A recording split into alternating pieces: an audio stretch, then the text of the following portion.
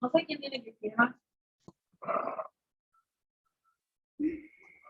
Bueno, bienvenidos una vez más a todos a esta última clase del taller de Derecho, Ética y Protección Animal de este año 2021. La verdad es que les vuelvo a decir una vez más, mil disculpas por todos los vaivenes de las clases, por esto de que hubo que se cancelaron algunas, se modificaron otras. La idea fue seguir de entrada el cronograma establecido, pero bueno, las cosas de la vida, las actividades propias que tenemos cada uno de nosotros, hace que sea difícil capaz seguir ese ritmo, pero hoy vamos a tener finalmente a la doctora Lorena Pitisic, que va a dar una clase excepcional con todo el conocimiento que ella tiene. Ella es abogada, especialista en Derecho Penal, egresada de la Universidad de Buenos Aires, litigante en causas de violencia contra animales no humanos, directora de la Diplomatura Iberoamericana de Derecho Animal, protección jurídica de los animales no humanos en grupo profesional con aval de la Universidad de Kennedy, es docente invitada en la materia protección penal de los animales del ciclo profesional orientado de la carrera de la UBA, es docente titular de la materia de Derecho Animal Internacional en el Diplomado de Derecho Animal de la Facultad de Derecho de la Universidad de Toulon, en Francia. Es miembro del grupo de expertos del programa Harmony with Nature, perteneciente a las Naciones Unidas, abogada experta en Derecho Animal en Global Animal Law Association, directora del Observatorio de Derecho Animal Argentina, directora y coautora del libro Protección Jurídica de los Animales No Humanos, de la editorial D&D Argentina, en el año 2020, y otras obras y artículos de Derecho Animal y Derecho Penal. También es docente en el área de Derecho Penal y Violencia de Género en distintas instituciones, investigaciones en materia criminológica, miembro de la Asociación Pensamiento Penal, Módulo Género y Políticas Penitenciarias, colaboradora de las materias Elementos de Derecho Penal y Procesal Penal del Ciclo Profesional Común de la carrera de Abogacía de la UBA, Política Criminológica y Seguridad, Ejecución Penal y Violencia de Género en la carrera de especialización en Derecho Penal, posgrado en la Facultad de la Universidad de Buenos Aires.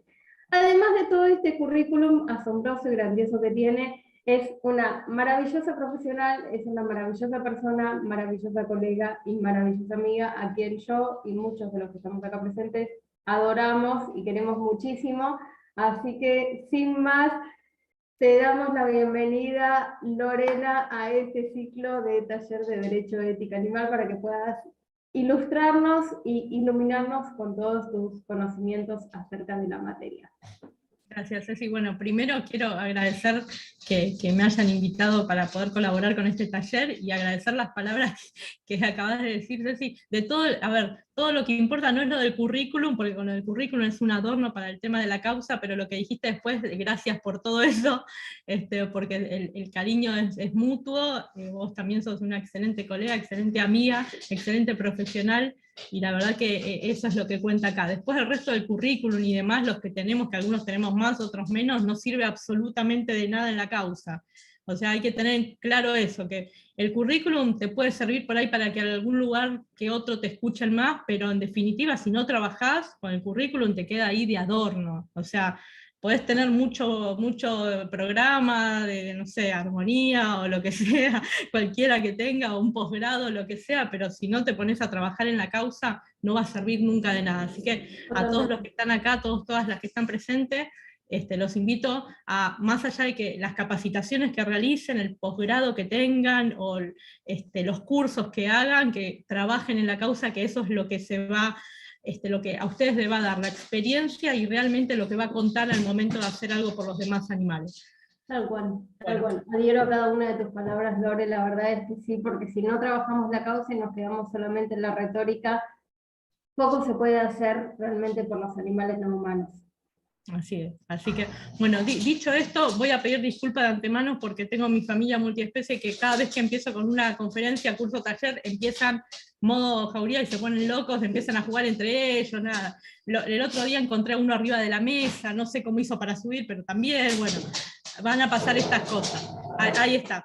No hay problema, no hay problema, es un taller de derecho animal, así que genial. es entendible. si en algún momento no me escuchan, de vuelta pido disculpas, les voy a pedir una pausa de unos segundos, así trato de que se callen un ratito, de que me den bolilla y arrancaron, lo avisé, pero bueno. Vamos a compartir pantalla primero, a ver, denme un segundo porque si no, no me van a escuchar nada. No hay problema, pasa, suele pasar.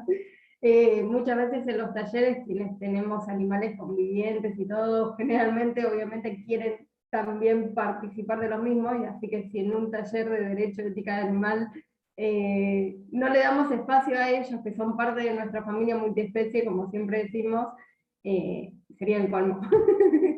Sería el colmo totalmente, así que no hay problema. No, además ellos es como que me escuchan y claro, quieren llamar la atención en ese momento y se ponen como locos, se ponen a jugar, corren de un lado para otro, bueno, pero ya está, se calmaron un ratito, así que aprovechemos y arranquemos. Bien, bueno, como comentaba Ceci, bueno, como vienen en la información en el flyer que se fue compartiendo, vamos a ver hoy un poco sobre el maltrato animal en las redes sociales, y también una breve introducción a lo que es la investigación, ¿no? En la escena del crimen. Vamos a ver algo muy cortito porque de hecho no vamos a llegar, es demasiado material, en lo que refiere a la recolección de pruebas y demás, y cuestiones a tener en cuenta sobre algunos casos en particular, ¿no? Bien, a ver, voy a compartir pantalla.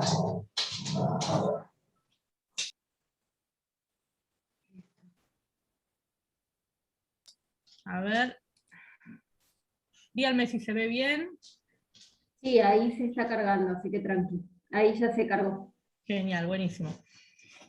Ceci, no sé con respecto al tema de las preguntas, si las van haciendo durante o después, guiarme si querés. Al final. Yo diría que al final mejor, para que sea más prolijo, y lo que lo pueden hacer abriendo el micrófono o en el chat.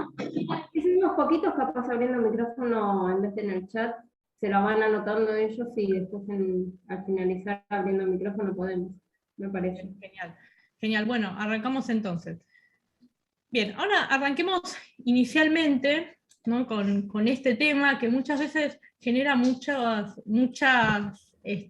incertidumbre, creo, ¿no? en lo que es el tratamiento en sí de estos casos cuando lo vemos en las distintas redes sociales, qué hacemos, qué no hacemos, qué es denunciar, qué es no denunciar, por más que ustedes ya han avanzado en este curso con respecto a la denuncia, la 14346, un montón de cuestiones.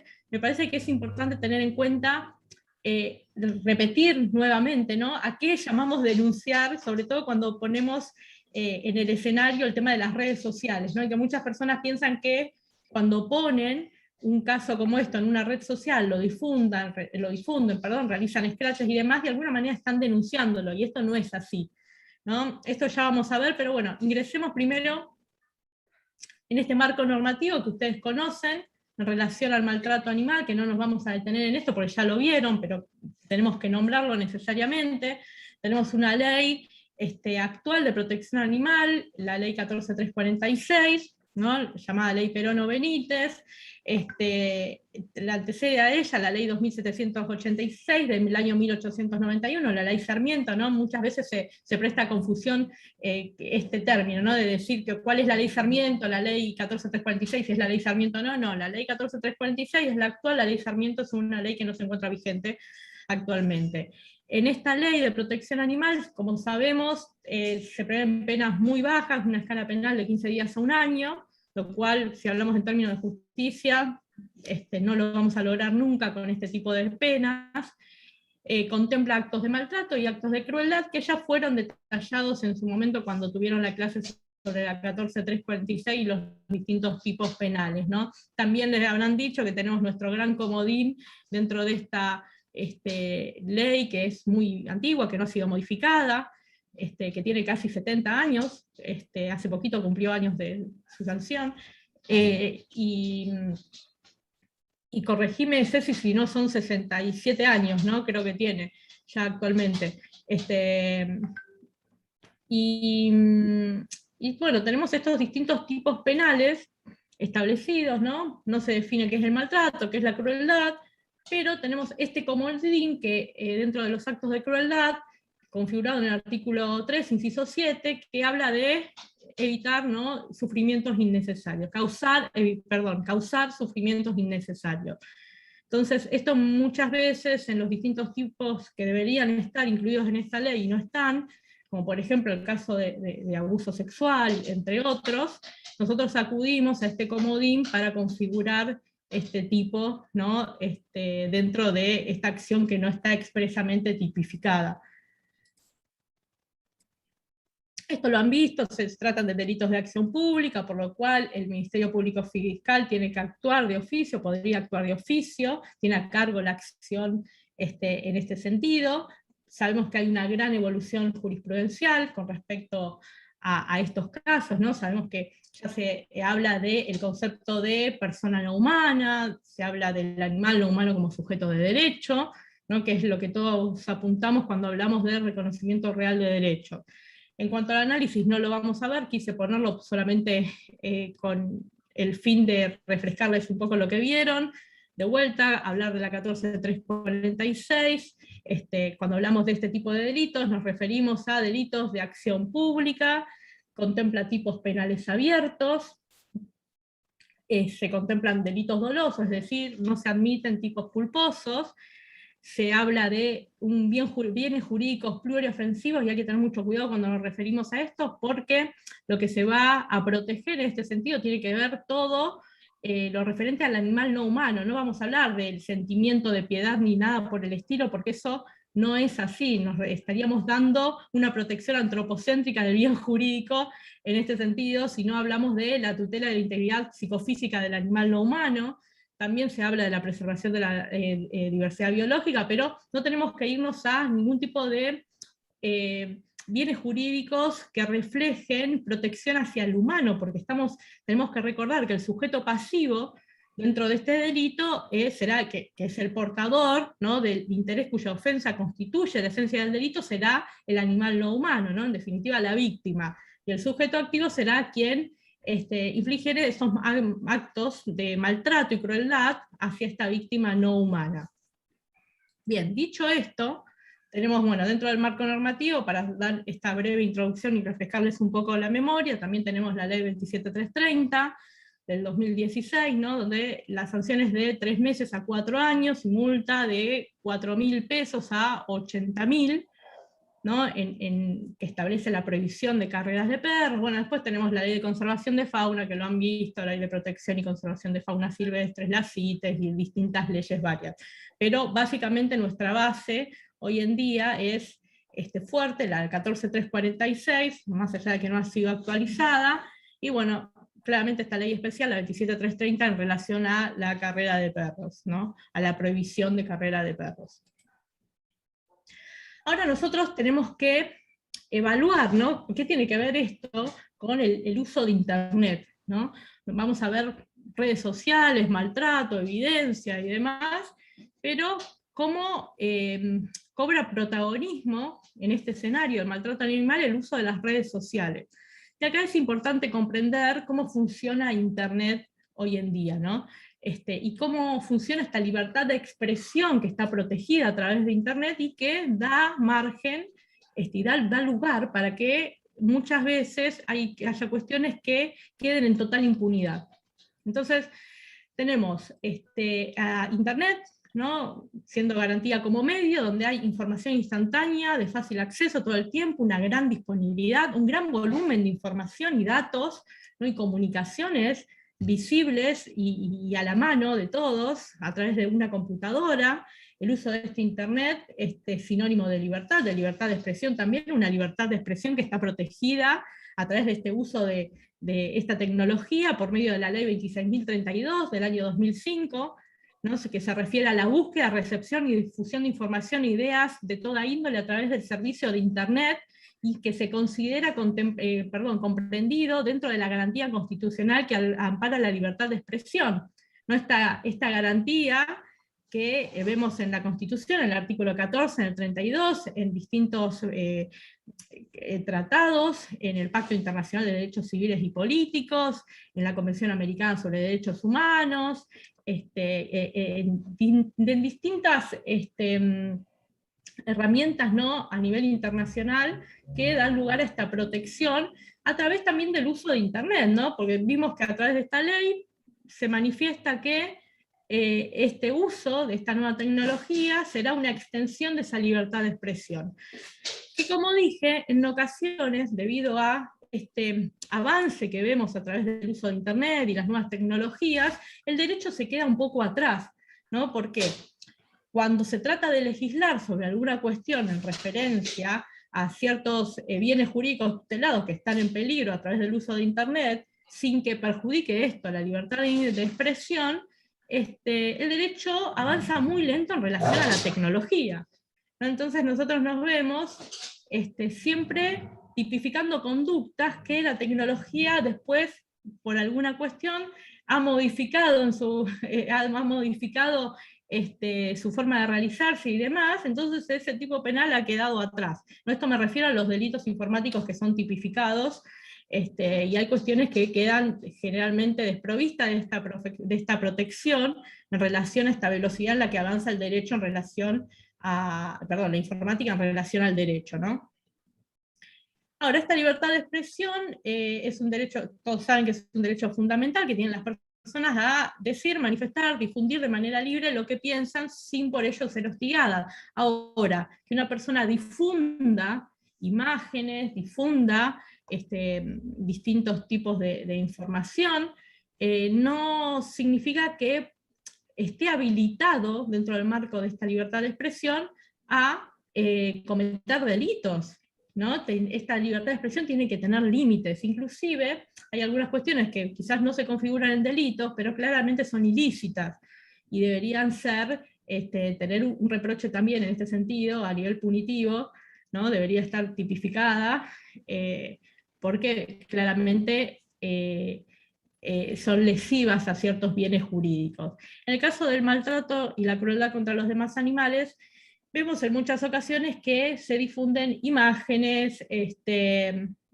videos y ciertas informaciones, quizás, que muestran distintos actos de maltrato y de crueldad, ¿no? Y se terminan viralizando, entonces uno muchas veces no sabe qué hacer ante este tipo de situaciones, ¿no? Ahora, esta persona o estas personas que comparten este tipo de imágenes, ¿están protegidos por la libertad de expresión? Sí, pueden compartir una imagen, un video. La respuesta es sí, lo pueden hacer. Ahora, ¿pueden cometer este delito y publicarlo en las redes? Como poder pueden, pero pueden ser obviamente denunciados, y esto se puede investigar, este hecho, y si ellos realmente son culpables de este delito, del delito de maltrato y crueldad, que ya vimos en infracción de la ley 14.346 o de la 27.330 o alguna otra relación a la protección animal, claramente pueden ser imputados por este delito. Ahora, ¿por qué digo esto? ¿Pueden compartir? Sí, podría compartir una persona, porque de repente, a ver, alguien según el criterio de cada uno dice, bueno, quiero viralizar este caso, y muestran a una persona maltratando a un animal no humano. Ahora, ¿esto lo convierte en el maltratador? No. Ahora, ¿nosotros sabemos si es o no el maltratador porque está viralizando esta imagen? No. Se tiene que investigar, y sí, ¿por qué? Porque es un delito de acción pública, porque podemos denunciarlo, y esto se tiene que priorizar, el rescate de la víctima, la investigación, a ver qué pasó en el caso de que se haya producido el deceso, lamentablemente, de la víctima no humana, ¿no? Entonces tenemos que tener en cuenta estas cuestiones. No siempre la persona que publica es un maltratador, pero siempre tenemos la duda si realmente lo es o no, si se trata de él, quién hizo este hecho o no, y este tipo de delitos deben ser investigados. Ahora, como dijimos, tenemos multiplicidad de fuentes, libertad de expresión en juego, impunidad en algunos casos, el derecho que avanza lento, y la tecnología rápidamente, y muchas veces nos encontramos esto. Esto es lo que le decía anteriormente, ciertas imágenes en internet, donde vemos claramente situaciones de maltrato y crueldad, donde vemos algunos que con el afán, entre comillas, de hacer ciertas humoradas para ellos. Por ejemplo, en este caso, vendo urgente, lindo perrito, adorno en la pared. Fíjense, ¿no? Pobre animal, que claramente está siendo maltratado, en otro tipo de situaciones también. Yo trato de poner, no me gusta exhibir situaciones de maltrato muy evidentes, pongo algunos de estos casos que fueron visibles en algún momento, no solamente de acá, de Argentina, sino de otros lugares, pero me parece que es muy importante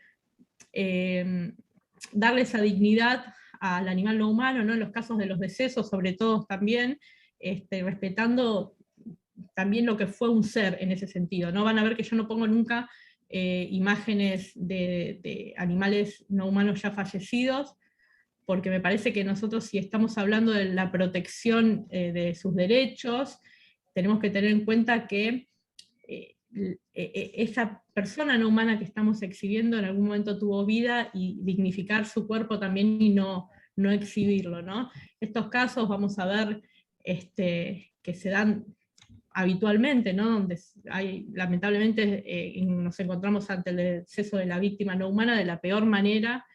Sin ir más lejos, acá la doctora Dafne Rodríguez está llevando el caso de Negrita, una perrita abusada sexualmente, terrible, terrible, terrible, donde la mutilaron y demás.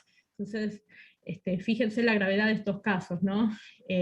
Igual aprovecho para manifestar todo mi apoyo a Lida de Jujuy, que está en este caso, y a la doctora Dafne Georgina Rodríguez, ¿no? Vemos estos casos permanentemente en todos lados, en las redes sociales, nos encontramos en la diaria, pero ahora en la diaria que nos encontramos ya sabemos, tenemos que hacer la denuncia y demás. Ahora, ¿cómo hacemos en los casos que de repente vemos una publicación, ¿no?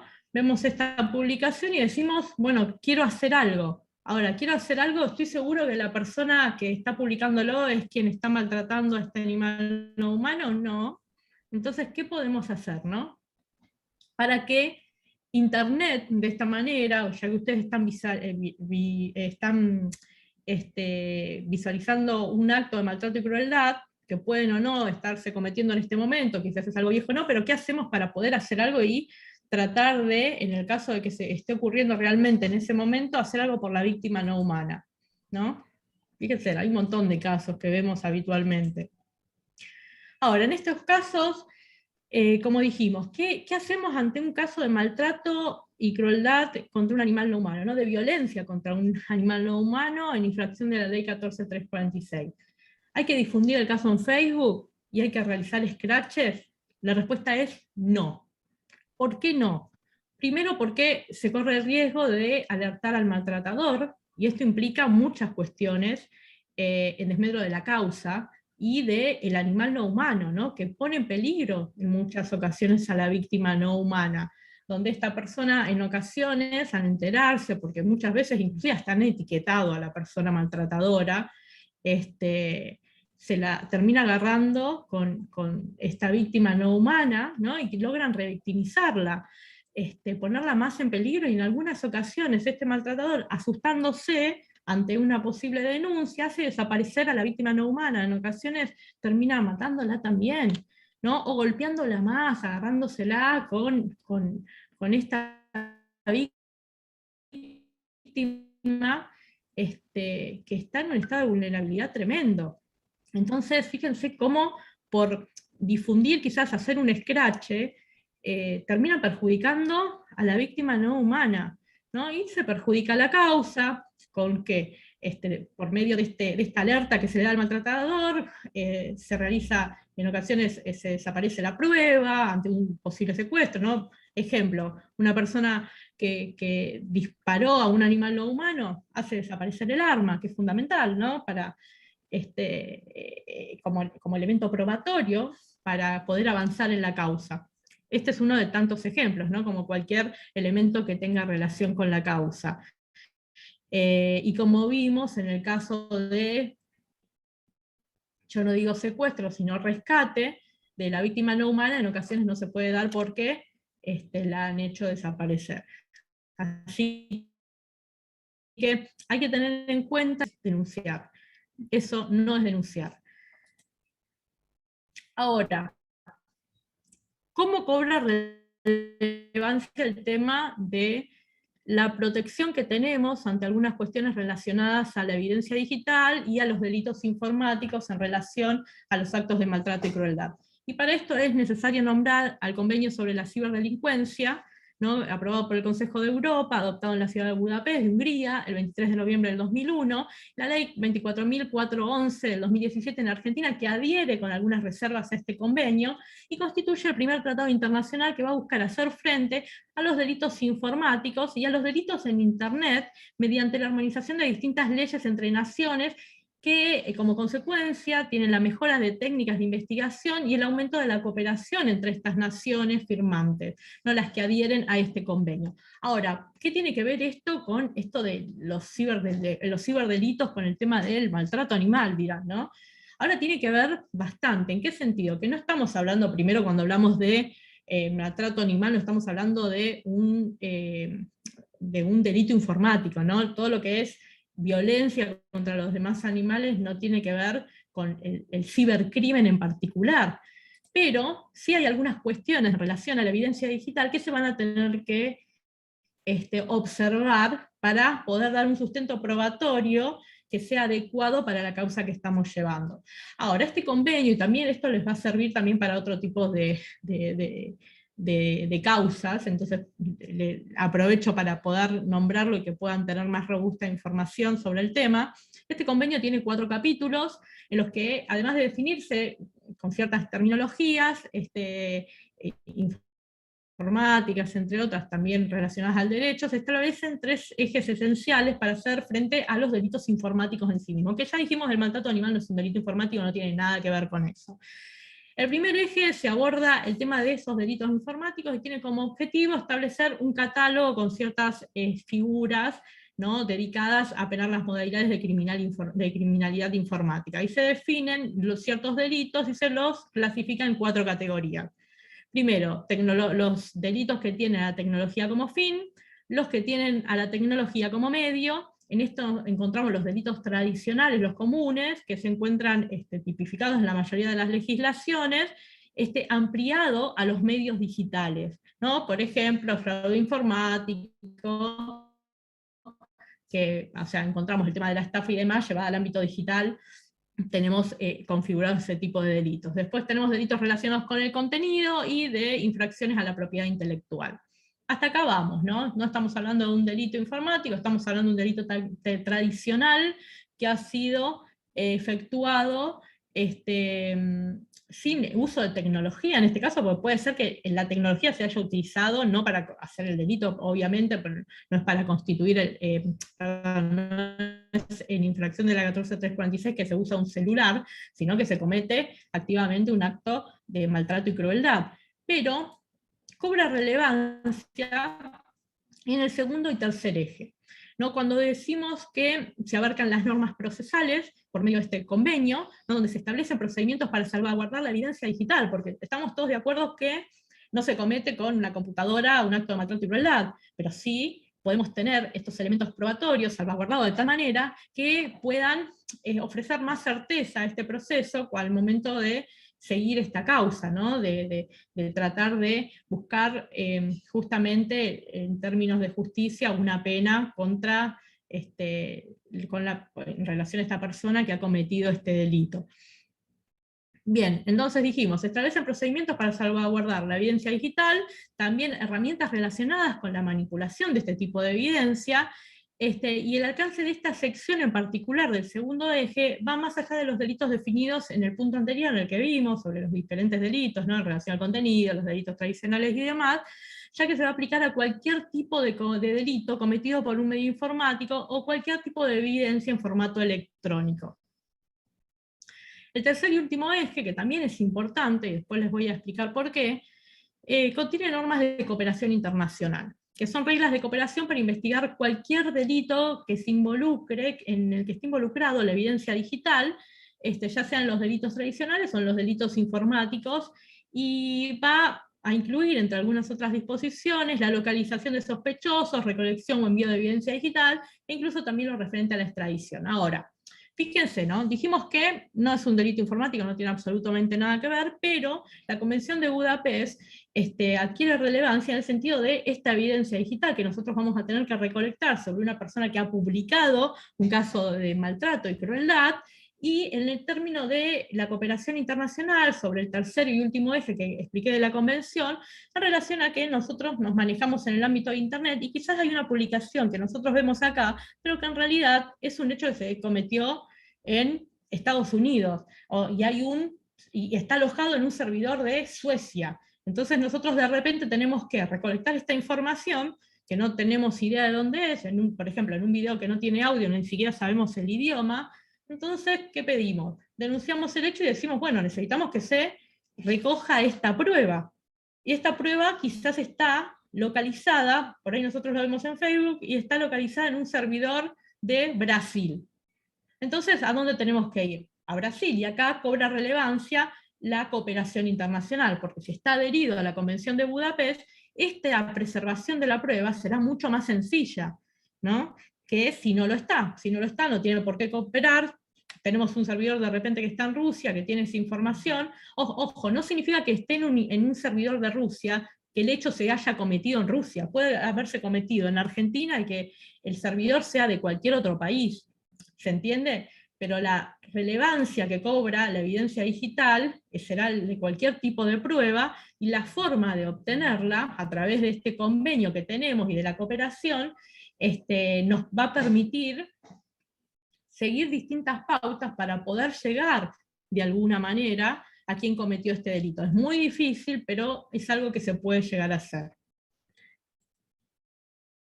Si voy muy rápido, por favor, párenme. Y si me excedo de tiempo, a ver, le pregunto, Ceci, Estoy acá, te estoy escuchando.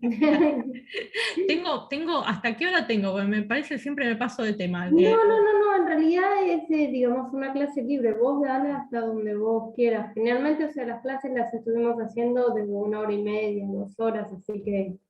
Dale, genial. Tenés el tiempo que vos quieras. Dale, buenísimo, sigo entonces, sigo Sí, sin problema. Tranqui, yo estoy acá. Genial.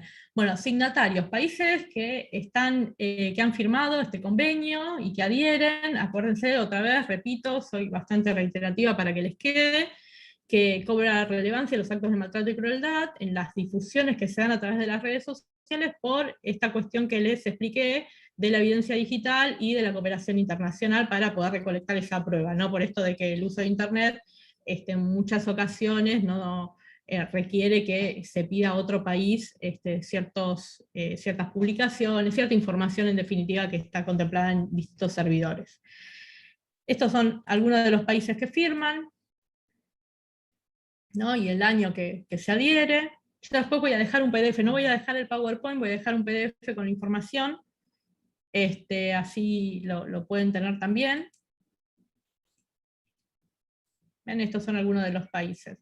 Otra cosa a tener en cuenta, bueno, por ejemplo, la UFESI, siempre nombro la UFESI, esto lo nombro generalmente cuando doy la clase de delitos informáticos, pero me parece que tienen que saber que esta fiscalía, ¿no? Tiene como misiones la unidad fiscal especializada en cibercrimen, tiene como misión principal desarrollar investigaciones preliminares y asistir a los fiscales en los casos en los cuales el sistema informático haya sido el objeto del delito, o haya sido el medio principal o accesorio para cometerlos, además de representar al organismo en diversos foros nacionales e internacionales. Fue designado el doctor Azorín en este sentido, que es el titular, punto de contacto focal del Ministerio Público en la Red Iberoamericana de Cooperación Jurídica Internacional, en la red especializada de la Asociación Iberoamericana de Ministerios Públicos, Ciberred, punto de contacto nacional en la red de crímenes de alta tecnología del Grupo de los 7, bueno, y demás, ¿no? O sea, fíjense que esta unidad fiscal especializada en cibercrimen, que asiste a distintas fiscalías, tiene gran relevancia a nivel de Latinoamérica, que de hecho es una de las cuestiones que están también contempladas en el convenio de Budapest, ¿no? Que cada país fije un punto focal de contacto con los otros países justamente en base a esta cooperación internacional que se debe tener. Entonces la UFESI asiste también a distintas fiscalías especializadas en el resto del país, ¿no? Por esto es la importancia de esas fiscalías especializadas para que puedan trabajar en la evidencia digital, para que puedan obtener esta prueba de manera rápida y puedan asistir a las otras fiscalías en este sentido, y en términos en general, ¿no? Ante la comisión de distintos delitos en donde tenga relevancia el ámbito ciber, ¿no? Sea en la evidencia o en sí mismo en la comisión del delito. Bien, entonces dijimos que no hay que hacer scratches, que denunciar, que realizar una publicación, perdón, en una red social no es denunciar. Dijimos esto y es importante que se tenga en cuenta, el por qué ya lo vimos, básicamente para proteger a la víctima y proteger a la causa en el caso de que lamentablemente se haya producido el deceso, y en los que no también, ¿no? En la investigación. La manera de denunciar que tendremos es por los medios formales, ¿no? Entonces, ¿qué tenemos? Si dijimos, no es denunciar, escrachar, no es denunciar, exponer en las redes sociales, hay que denunciar, sí, ¿no? Tanto la ley 14.346 como la 27.330, como ya lo vieron, son complementarias al Código Penal, por lo cual se aplica a todo el territorio nacional sin que resulte necesario que las provincias adhieran a esta ley. He visto algunas provincias que tienen su ley provincial donde dice adherimos a la 14.346, no, queridos, no hace falta que adhieran, están obligados, por más que adhieran o no, al cumplimiento de la 14.346. Ahora, la forma correcta, como dijimos, es denunciar si queremos hacer algo realmente, pero sobre todo tenemos que comprometernos con la causa. ¿Cómo? Primero, repito, denunciando en los organismos oficiales, juntando la mayor cantidad de prueba posible, para poder hacer una denuncia, ¿no? Con elementos sólidos, si bien no es necesario, a ver, ustedes pueden denunciar también sin tener pruebas, esto es así, lo podrían hacer. Ahora, corren el riesgo que esto quede en la nada, entonces aportar algo de prueba va a ayudar a esa investigación. Recuerden que esto se trata de un delito de acción pública, por lo cual el Ministerio Público Fiscal tiene la obligación de investigar, pero en ocasiones, si no hay elementos probatorios suficientes, termina archivándose la causa. Y la idea es acá proteger a la víctima no humana, sacarla de la situación de riesgo y realmente hacer algo, ¿no? Entonces, otra de las cuestiones que podemos tener en cuenta para comprometernos con las causas, pues son muchas las que podemos hacer, ¿no? Desde distintos puntos, desde nuestros distintos lugares, podemos colaborar comprometiéndonos, por ejemplo, contactando una ONG para que se constituya como querellante, o para que haga la denuncia si no se animan por alguna cuestión o no saben cómo hacerla, o de alguna manera contactando a algún abogado o abogada animalista para que los asesore, ofreciéndose como cuidador responsable transitorio en el caso que se dé el rescate de la víctima, tratando de buscar, si no, un hogar transitorio definitivo para la víctima no humana durante el proceso, ¿no? Es importante, ¿no? Desde distintos puntos podemos colaborar. Colaborar también con su recuperación, con los cuidados veterinarios, con el alimento, ¿no? Hay muchas cuestiones que hacen al compromiso con la causa y que podemos hacer, pero me parece que en esta situación lo principal será denunciar primero, inicialmente, la causa y tener estos elementos probatorios, aunque con los que se cuente, ¿no? Pero poder aportar algo para que realmente pueda avanzar. La denuncia, esto lo vieron, es un acto consagrado en una declaración de conocimiento sobre un posible hecho delictivo por el cual se anoticia a la autoridad competente para su investigación, ¿no? Por esto decíamos que denunciar en una red social, entre comillas, eso de denunciar, no es denunciar. No existe una publicación que se constituya una denuncia, no tiene por qué el Ministerio Público Fiscal enterarse y actuar de oficio por medio de una publicación. En ocasiones se ha dado que lo ha hecho algunos, acá me ha pasado que sí, lo he visto en la Fiscalía Especializada, pero no necesariamente. Fíjense que los operadores judiciales tienen una resistencia tremenda para llevar a cabo como corresponde este tipo de causas, la investigación y demás, no van a andar en las redes sociales fijándose si realmente hay algún acto de maltrato y crueldad denunciado, ¿no? Entonces, ¿cómo se denuncia? Anoticiando sobre ese posible hecho delictivo, ¿no? Pues, recuerden que esto se tiene que investigar. Nosotros estamos viendo en una red social una publicación sobre maltrato y crueldad y tenemos que ver si realmente esa persona que lo publicó, por ejemplo, es a quien se le va a imputar este delito, o si fue una persona que compartió cualquier cosa que vio o lo que sea. Bien, la facultad de denunciar, cualquier persona puede denunciar en este sentido. Toda persona, fíjense que no necesariamente en este caso sea así, tal cual lo prevé el artículo 174 del Código Procesal Penal de la Nación, donde dice toda persona que se considere lesionada por un delito cuya represión sea perseguible de oficio, o que sin pretender ser lesionada tenga noticias de él, podrá denunciarlo al juez, al agente fiscal o a la policía. ¿Por qué digo que no necesariamente es así? En este caso la persona no humana no puede ir a denunciar, no va a ser, si bien es la lesionada por este tipo de delitos, lo hará alguien que lo represente, o en este caso lo hará cualquier persona que se anoticie de la comisión de este delito, ¿no? Como sí lo dice el artículo 174. Por lo cual, cualquier persona puede denunciar este hecho, no necesariamente si lo está presenciando en ese momento, por lo cual cualquier persona que ve un hecho de maltrato y crueldad en una red social está facultada para denunciarlo. Como dije, no hay que denunciar con liviandad tampoco este tipo de hechos, sino que hay que ir un poquito más, hay que tratar de investigar un poco más en la publicación, tratar de aportar elementos probatorios, porque si no nos pasaríamos también denunciando, no sé, imágenes que se comparten reiteradamente durante 10 millones de años, y este tipo de delitos, en realidad cuando se deben anoticiar a la autoridad, después no se terminarían tomando en serio, ¿no? Por eso tenemos que actuar con compromiso, seriedad, también investigando un poco más cuando tratamos de denunciar un hecho que está ocurriendo o que fue publicado en una red social, por ejemplo, ¿no? Ahora, ¿pueden rechazar la denuncia? No, no pueden rechazarla en ningún caso. Se podrá rechazar la presentación de la denuncia sin perjuicio del trámite judicial que ulteriormente corresponda. Quizás pueden archivar la causa después, ya vimos muchas veces cómo tratan este tipo de causas cuando no hay prueba. Pero sepan que, según el artículo 175 del Código Procesal de la Nación, nunca podrán rechazarle la denuncia. Si le rechazan de algún modo esta denuncia, están facultados para denunciar a ese funcionario por incumplimiento de sus deberes. Bien, forma de hacer la denuncia, dijimos que no por red social, de vuelta repito, por cuarta vez, se hace verbalmente o por escrito, personalmente, por mandatario con poder especial. El lugar, como vimos, y lo vimos en el artículo que detallamos anteriormente, se podrá realizar ante el juez, el agente fiscal o la policía, sea comisarías, fiscalías. En algunos lugares tienen habilitados distintos medios, canales para realizar la denuncia, como por ejemplo telefónicamente, vía mail, a través de distintos sitios web del Ministerio Público Fiscal, mediante aplicaciones móviles, ¿no? Esto depende del lugar, pero hay muchísimos canales habilitados para poder realizar este tipo de denuncia.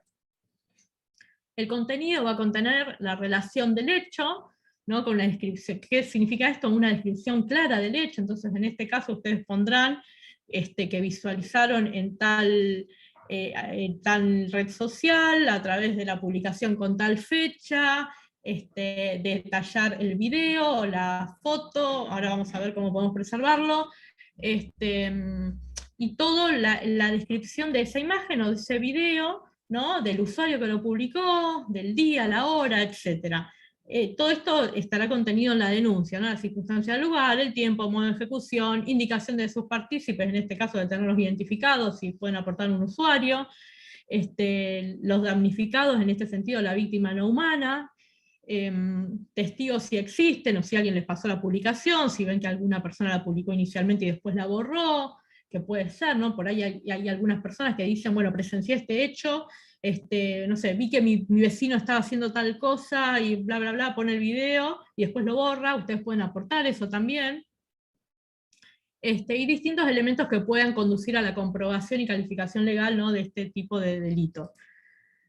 Ahora, en lo que refiere a la prueba y evidencia digital, en relación a la violencia contra animales no humanos en las redes sociales, tenemos que tener en cuenta que el principio de libertad probatoria que rige en materia penal, dado que rige este principio y que los medios electrónicos no están expresamente prohibidos, se va a considerar que son admisibles en un juicio, ¿no? Aunque se aplican criterios específicos en relación a la producción, la conservación y la presentación de este tipo de medios de pruebas de formato electrónico, ¿no? Y al no existir normas tan específicas, fíjense que esto está sujeto al tema de las pericias en general, ¿no?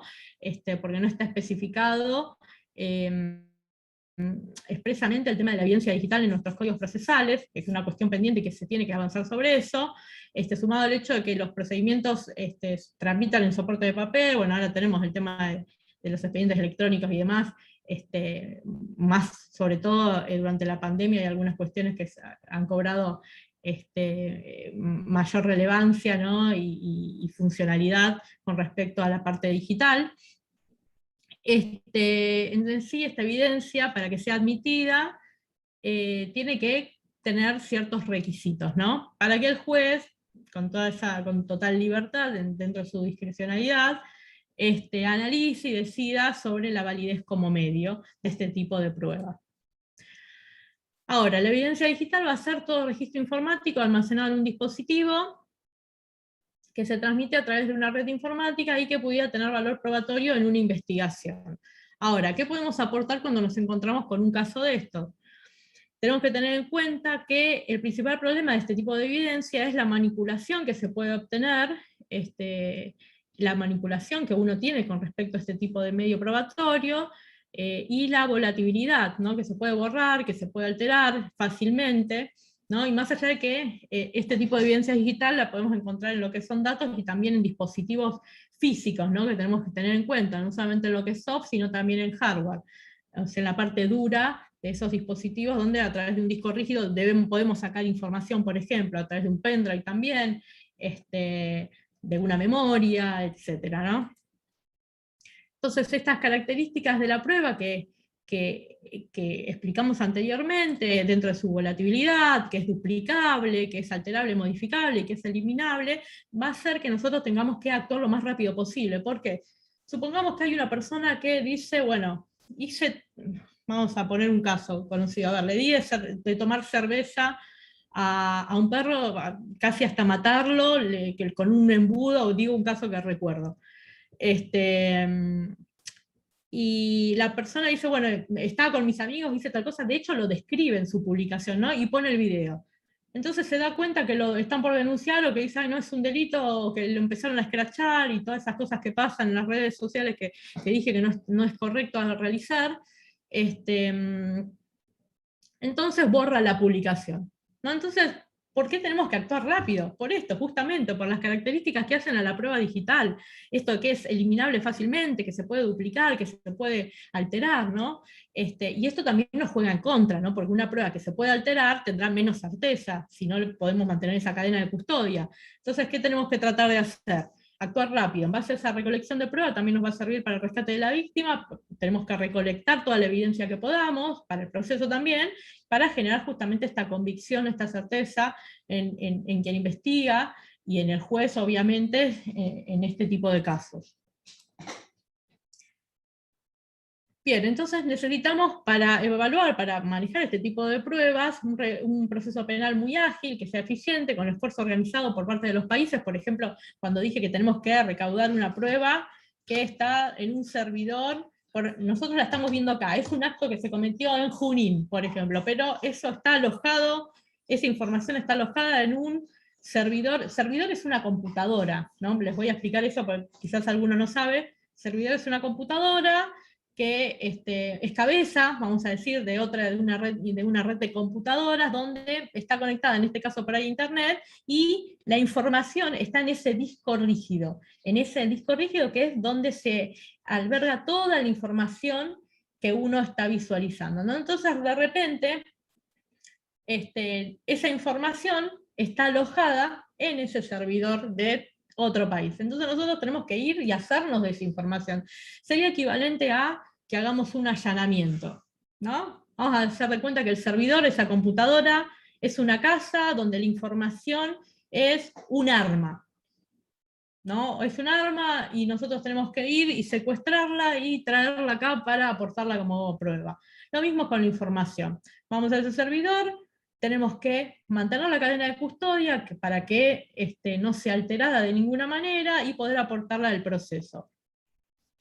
Acá está el tema de la cooperación internacional que decía, porque nosotros por medio de la Convención de Budapest podemos en base a esta cuestión, pedir que se preserve esta prueba, ¿no? Y si es un país que está adherido, como dije anteriormente, será mucho más fácil poder obtenerla. Más allá que los fiscales, como dije, la UFESI o las fiscalías especializadas en general, se manejan por portales donde, por ejemplo, en el caso de Facebook, dicen, bueno, que se preserve la prueba, se preserva, se conserva, ¿no? La prueba se preserva ahí, porque no tiene la obligación de guardarla además durante tanto tiempo. Esto, si ven el fallo Alavi, van a ver el tema de la no obligación de guardar tanto tiempo este tipo de información, después se los dejo. En general, ¿no? Esto es mucho antes de cuando hablábamos de la evidencia digital de por sí. Entonces, ¿qué tenemos que hacer? Primero tenemos que asegurarnos que el proveedor no borre esta información, porque muchas veces se borra la información de Facebook, por ejemplo, de Instagram o donde sea, pero nosotros no la vemos. Sin embargo, queda guardada en esos servidores. Entonces, ¿nosotros qué tenemos que hacer? Rápidamente actuar, ¿para qué? Para que no se borre, no la borre el proveedor, y nosotros podamos tener esa prueba. ¿Cómo decimos? A ver, publicación de fulanito usuario, fulanito de tal hora, tal día, se pide por medio de los portales, el Ministerio Público Fiscal se lo pide a Facebook que se conserve esa prueba. Facebook dice, listo, acá está la publicación, la guardo. Ahora, ¿la podemos obtener fácilmente? No.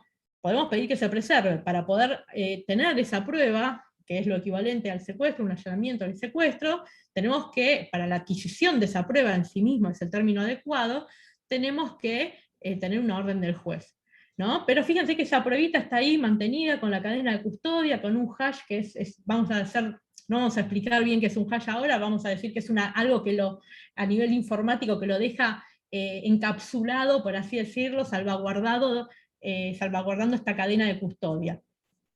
Bien.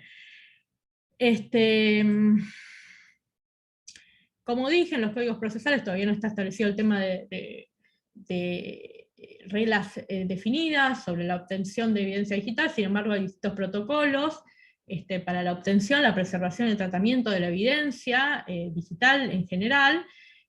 También se utilizan principios de la norma ISO 27037, y está gobernada por 3 principios principales. Uno va a ser el de la relevancia de la prueba digital, donde todo aquello que no cumpla con este requisito, que sea irrelevante para la investigación, no va a ser tomado en cuenta. La confiabilidad de esta evidencia digital, ¿no? Que es fundamental para poder buscar validar este tipo de evidencia, para que sea verificable y comprobable, ¿no? Se tendrá que comprobar que es una publicación que se realizó, que la realizó fulanito de tal, que dijo tal cosa, que él estaba cometiendo ese acto, o no, y se tendrá que investigar también, y de la eficiencia de la evidencia digital, que significa, entre otras palabras, que esas evidencias recolectadas y analizadas tengan los suficientes hallazgos para verificar las afirmaciones que nosotros estamos efectuando, ¿no? Estamos diciendo fulanito de tal cometió el delito de maltrato y crueldad por esta publicación que hizo, por lo que dijo, entonces tenemos que aportar una evidencia que realmente lo sustente. Estas son etapas del procedimiento, donde se identifica la evidencia, se recolecta, se conserva, etc. Ahora esto voy a nombrarlo para que ustedes tengan en cuenta. ¿Qué es una dirección IP? La dirección IP es un número que va a identificar de manera lógica y jerárquica a una interfaz en red, ¿no? El elemento de comunicación y conexión de un dispositivo, sea una computadora, una tablet, un portátil, una notebook, un teléfono, un smartphone o lo que sea, que utilice el protocolo de Internet y que corresponde al nivel del modelo TCP/IP. En este sentido, ¿qué significa esto? En criollo, cualquier dispositivo que ustedes tengan que tenga una conexión a Internet va a tener una placa, y esta placa va a tener, se lo voy a decir así, es mucho más complejo que esto, pero para quien no entiende tanto de informática, va a tener una dirección. Y esta dirección los va a localizar ustedes virtualmente en Internet, que puede corresponder, obviamente, a, por ejemplo, una computadora o una notebook y demás, esta dirección lógica que se le da, ¿no? Puede estar alojado, por ejemplo, hemos visto, creo que en algún momento, no lo diga acá el ejemplo, pero bueno, voy a ver si lo llevo a dar, como una página web tiene también, se traduce en una dirección de IP, ¿no? Nosotros ponemos para dar un ping, o sea, para recibir respuesta de una página web, y bueno, utilizamos un número que, bueno, esto es mucho más complejo explicar cómo se da el tema del sistema DNS y demás, pero bueno, para que tengan en cuenta esto.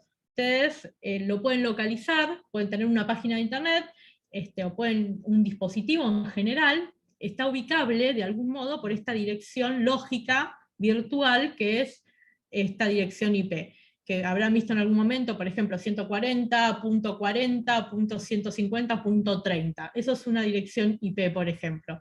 Un dominio o extensión o dominio de Internet es un nombre único que identifica un sitio web, www.facebook.com.ar, eso es un dominio. Ahora, tenemos una dirección virtual, que es la dirección IP, y tenemos una dirección MAC. La dirección MAC es un identificador único asignado por el fabricante a una pieza de hardware de red, ¿no? Acá tenemos un dispositivo ya con un número que está asignado por el fabricante, que está asociado, si es un dispositivo de red, en este caso, a una dirección IP que es virtual, que la puede asociar, por ejemplo, a un proveedor de servicios de Internet.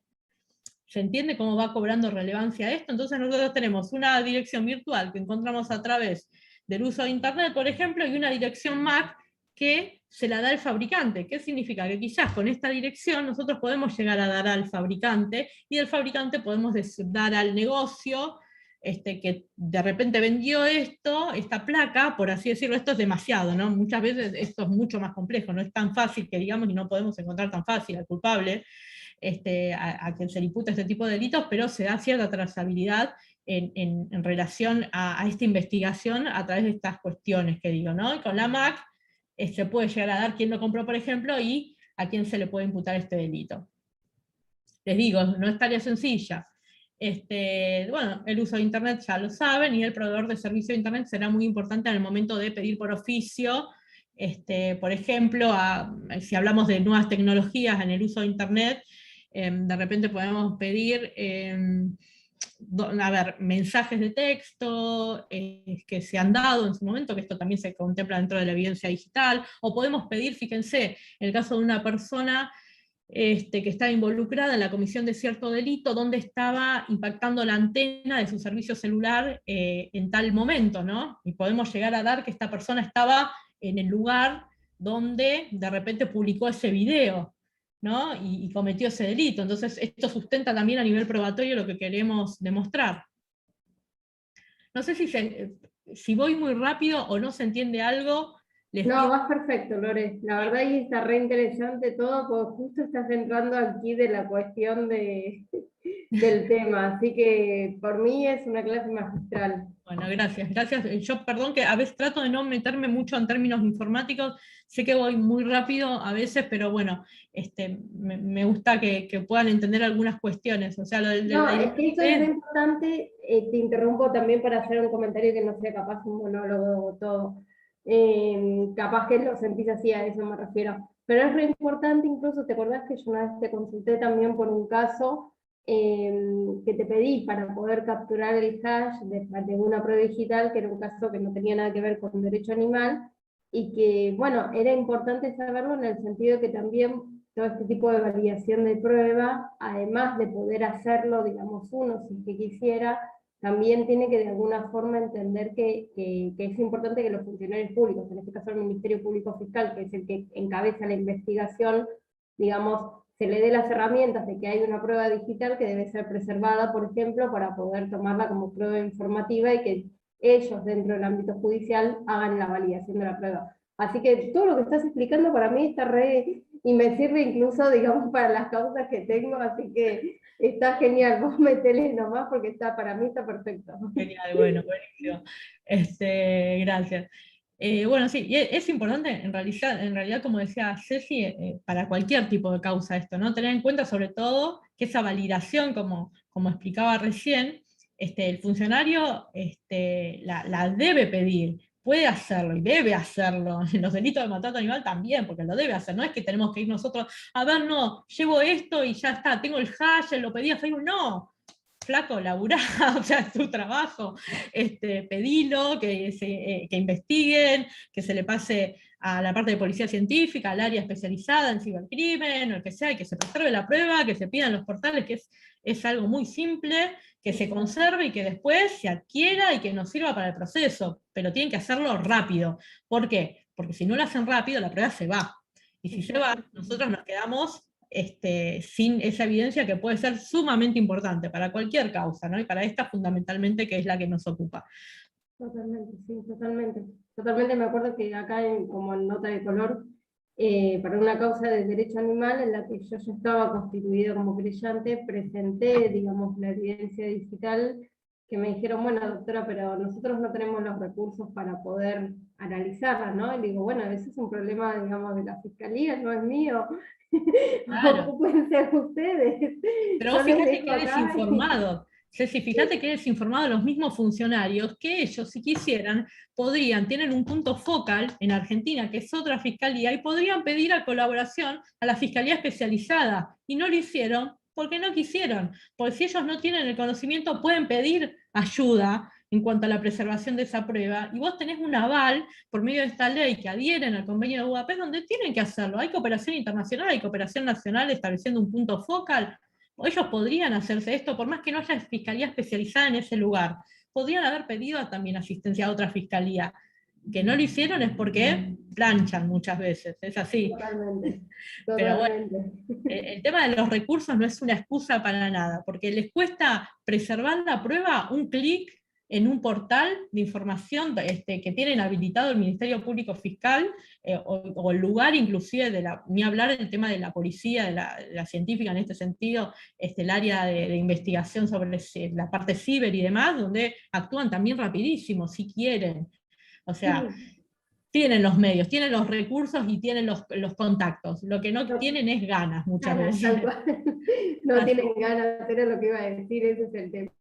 Sí, y es más, bueno, al final después me la terminaron dando como válida, dudo que hayan hecho la preservación de la prueba digital, bueno, después la cosa se solucionó porque se derivó a mediación, y en mediación se pudo resolver, digamos, al final la persona, la verdad es que tenía muy pocos recursos, así que era como que, bueno, digamos, se pudo resolver en mediación y no hubo ese dolo intencional, digamos, de cometer ese daño.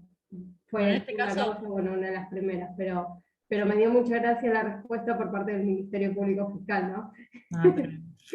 No, es tremendo, tremendo. Pero vos fíjate que en este caso se resolvió en mediación, como dijiste, pero si no, de repente, a ver, ¿por qué se busca toda esta vuelta, no, de decir que se preserve la prueba y no van con una captura de pantalla? Que ahora lo voy a decir. Por el tema de la captura de pantalla, como di las características de la evidencia digital antes, es volátil, modificable y demás, yo te pongo la cara, a ver, llevo una foto y pongo la cara mía. A ver, no la mía, vamos a decir, vamos a poner la tuya, Ceci, porque si estoy llevando yo sería incongruente que me denuncie a mí misma, ¿no? Pero llevo una foto modificada de internet con vos maltratando a un animal no humano. Y digo, no, fue ella en una publicación, y me creo un usuario trucho y lo publico diciendo, soy Cecilia Domínguez y estoy haciendo esto, ja, ja, ja, ja. Entonces, ¿qué hacemos con esto? ¿Sirve? No, ¿por qué? Porque me van a decir, a ver, pero pará, vamos a buscar certeza en esta publicación. Primero, usuario Cecilia Domínguez tiene otro usuario que nada que ver. A ver, es animalista. ¿Publicaría esta foto? No. Es abogada, supongamos que lo hiciera, y que es toda una pantalla de que le dice que protege a los animales y demás, a los animales no humanos. ¿Publicaría esto? No, porque tonta no sería tampoco. Entonces, buscamos la IP. Queremos creer que no. Claro, no, obvio que no. Buscamos en la IP. La IP en realidad es de Chubut, es de Tierra del Fuego la IP. La IP es de Tierra del Fuego. Entonces, de repente de Tierra del Fuego la IP y decimos, es esta que está queriendo, esta persona que está queriendo involucrar a Cecilia Domínguez en tal hecho delictivo, ¿no? Entonces, vemos que después hacen otra publicación y de repente la publicación es de Formosa. Entonces, involucrando a la doctora Dafne Georgina Rodríguez en otro hecho similar, ¿no? Entonces, decimos, la doctora Dafne Georgina Rodríguez o la doctora Cecilia Domínguez, donde se alteró esa prueba y se le puso la cara y demás, ¿realmente se le debe imputar este delito? No, ¿por qué? Porque esta prueba no me sirve de nada. Yo hice con Photoshop o con el Paint, modifiqué, puse la cara de uno, la cara de otro, y no me sirve de nada. Y está bien, porque rige el principio de inocencia en este sentido. Sería absurdo, en el caso de que sea inocente una persona, que se le adjudique la comisión de este tipo de delitos con una prueba tan débil, ¿no? Entonces, ¿qué hacemos? Tenemos que investigar. Esto se investiga, la evidencia digital, y sirve poder sustentar esa certeza por medio de medios adecuados para poder conservarla, protegerla y que aporte justamente esa información que debe aportar al proceso. Entonces, llevar una captura de pantalla, viene alguien y nos voltea así esa prueba, porque no va a ser válida. Ahora, en el peor de los casos, uno la lleva, pues en realidad la lleva. Ahora vos decís, bueno, a ver, pará, la certifico con un escribano. El escribano puede ver lo que está viendo en la pantalla vos, pero ahora, ¿puede decir si realmente sos vos la que está haciendo eso? No. O sea, tiene una vuelta más, una validez quizás en cuanto a lo que se está viendo y que no se modificó, que hay una publicación que realmente está vigente, o no. Pero no se va a aportar esa certeza como prueba, ni va a mantener la cadena de custodia. Eso se va a hacer por medio del proveedor que tiene la información, ¿no? Que guarde esa información por medio del hash, que es esta cajita que digo que preserva esa prueba de alguna manera, y después cuando se adquiera para el proceso y se aporte, ¿no? Y ahora repito algo más. Supongamos que una captura de pantalla, supongamos que en el caso de Tierra del Fuego, Formosa, Santa Fe, Uruguay, Brasil o donde sea que hayan inventado esta cuenta, que querían implicar a la doctora Cecilia Domínguez en esto por medio de la modificación de la imagen, ¿no? Y no tuvieron suerte porque se investigó que venía de un IP de tal lugar, que no tenía nada que ver con ella, que no era absolutamente nada así.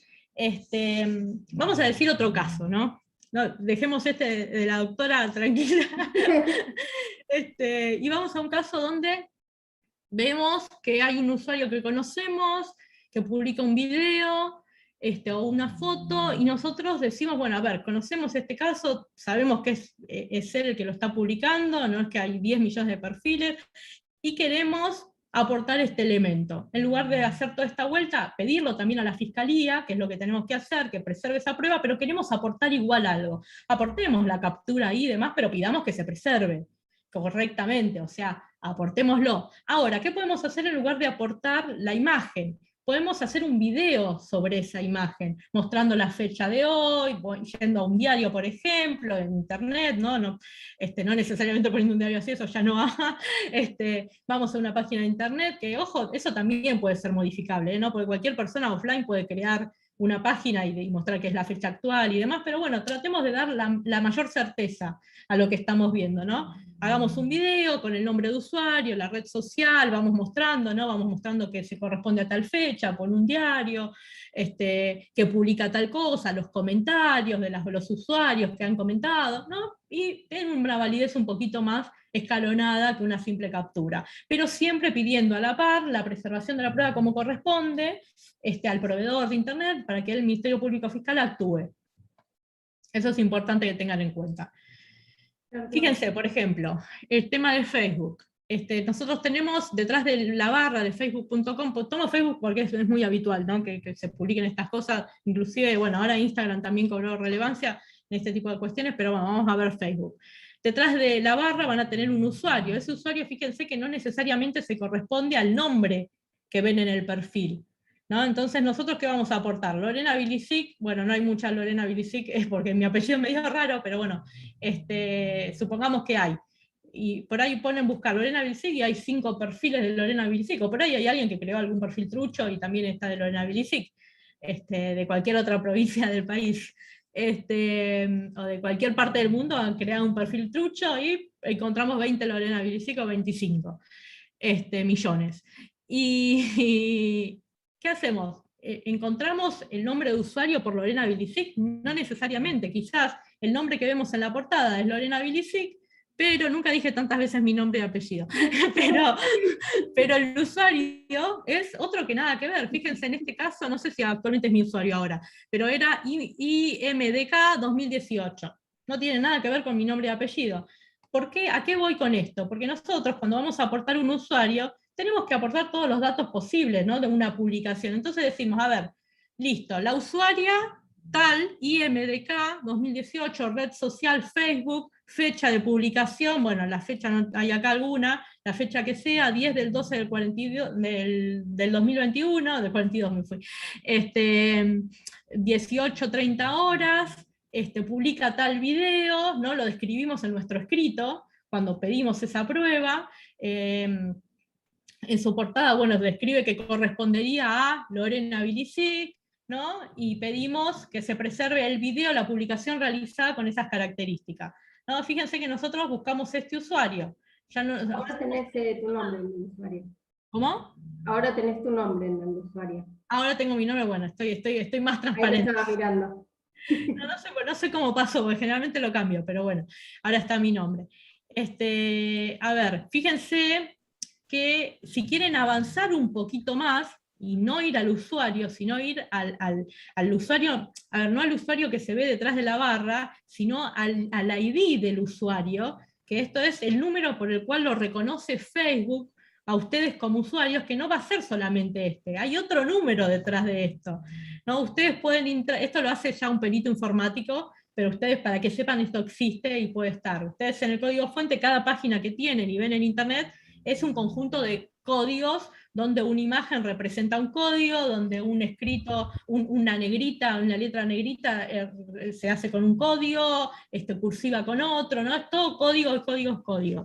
Entonces, en Facebook ustedes tienen un código que ellos los identifican, un ID que los identifican como usuario para el proveedor, que no va a ser ni Lorena Bilicic, que en este caso, vamos de vuelta con mi nombre y apellido, ni MDK 2018, sino otro, que en este caso era 1032, no sé, es larguísimo el número. Entonces ustedes van a poder aportar este número. De hecho, cuando ustedes hacen un acta de comprobación, que en ocasiones lo hace la policía en este sentido, o en la fiscalía se realizan, y quieren preservar, hacer un hash sobre distintas cuestiones que se ven en Facebook, ellos van a ver este Profile ID, que es el número con el cual se identifican ante Facebook. Esto después les paso algún tip de cómo lo pueden llegar a encontrar, porque ahora cambió hace poquito además. Pero si ustedes entraban fácilmente en el código fuente, ponían buscar el Profile ID y lo encontraban. Entonces ustedes lo aportan también a su escrito. El Profile ID es tal, ¿no? Y tenemos un paso más. En los grupos de Facebook lo mismo. Puse acá los parroquiales, como dice el Congreso Virtual Internacional, lo cambié porque estaba el ejemplo del anterior. El chivo para que vayan todos. Claro, de paso, viste, invito. En este caso lo mismo, fíjense, en un grupo de Facebook tiene un número de identificación, por más que se llame, primero, en este caso, va a ser Segundo Congreso Virtual de Derecho Animal, tienen este número que lo identifica, ¿no? Un número, o a veces tiene un nombre también, pero tiene una identificación un grupo. ¿Por qué digo esto? De repente hay un video que estaba en tal grupo y ustedes tienen que aportar el dato del grupo al escrito. En Nick Argentina ustedes pueden todas cuestiones de publicidad parece, ¿viste? Porque tengo todas cosas mías. En Nick Argentina ustedes pueden llegar a encontrar la procedencia de la registración de una página web, ¿no? Por ejemplo, vamos a, no sé, pinfus.com.ar, Pinfus es mi chiquito, el negrito, y de repente encuentran que la titular de ese dominio, la que lo registró, es fulanita de tal. Bien, entonces por medio de fulanita de tal, figuran todos los datos registrales y damos con esta persona que quizás publicó en esa página un video diciendo que estaban maltratando a algún animal no humano o algún acto de maltrato y crueldad manifiesto. O sea, hay un montón, fíjense, esto es la dirección física que les hablaba anteriormente, la dirección MAC de un dispositivo. O sea, el que encuentra, si nosotros pedimos datos a un fabricante sobre esto, le tiene que figurar la placa de red que tengo yo en este momento, o que tenía en algún momento, y le figura que si se vendió, no sé, si la compré en Frávega, y si en Frávega me la vendió a mí, que esto generalmente es un pasamanos inmenso, o sea, nunca van a encontrar 2 o 3 en el medio, sino 10 millones, ¿no? De entre venta, reventa, entre la persona a la que se la vendió, quizás el que la revendió, o sea, no es muy sencillo dar tampoco con este camino, ¿no? A la dirección física la placa de red, por ejemplo. Bien. Los dispositivos móviles también tienen una placa de identificación, tienen que tener en cuenta, tienen números de series, tienen una información, un número de email también relacionado. Ahí está, qué bonita. Ahí está, mira qué hermosa que es. Ahí está, no la veía, mirá qué lindo Ceboño, qué cara de buena que tiene. Pero bueno, acá tenemos el email, también es un identificador en el cual podemos, de vuelta, acá de la redundancia, identificar un dispositivo móvil, ¿no? Es el equivalente por ahí, en este sentido, a lo que expliqué anteriormente en una computadora, en un portátil y demás. Bien, investigación y secuestro de evidencia digital y dispositivos. Pues ya vimos en Internet que, a ver, ¿qué hacemos? ¿Qué podemos hacer? ¿Cómo podemos preservar la evidencia cuando vemos publicaciones en Internet? Ahora, supongamos que vimos una publicación, pero conocemos a la persona, entonces necesitamos que aportamos ya directamente a la dirección, porque tenemos en realidad mala suerte de que se haya publicado eso y que se haya visto que se ha maltratado no que se haya visto, sino que se ha maltratado a una víctima no humana, pero sabemos quién fue y vimos que lo publicó, entonces podemos aportar de repente la dirección de esa persona, ¿no? Y en este caso tenemos que tratar de que se dé un allanamiento y se proceda al secuestro de distinta evidencia relacionada quizás en dispositivos, ¿no? En este caso en su computadora y demás. Fíjense que nos ahorramos el tema de pedir la preservación de la prueba, que lo podemos hacer también, pero podemos ir directamente a los componentes físicos que están en una casa y que prueben este hecho delictivo. Ahí, bueno, cobra relevancia el método forense en general, y tenemos que tener en cuenta que en este tipo de recolección de evidencia, en estos dispositivos físicos, tenemos una relación amplia entre la informática, la legislación, en este caso la 14346, y la relacionada al tema de la prueba, y la criminalística, ¿no? Que va a hacer en este sentido la metodología de trabajo en el sitio del suceso, ¿no? Con estos principios básicos de la criminalística y el tratamiento de la evidencia digital.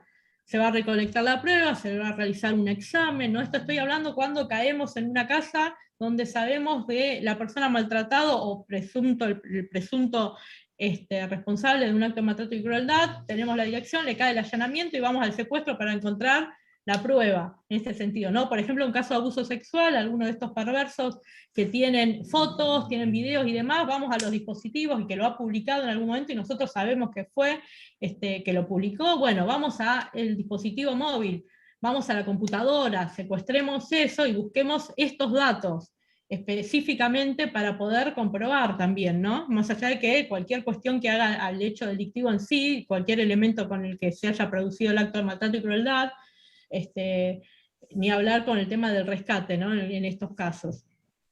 Entonces se realiza el análisis, se verifica, bueno, etc.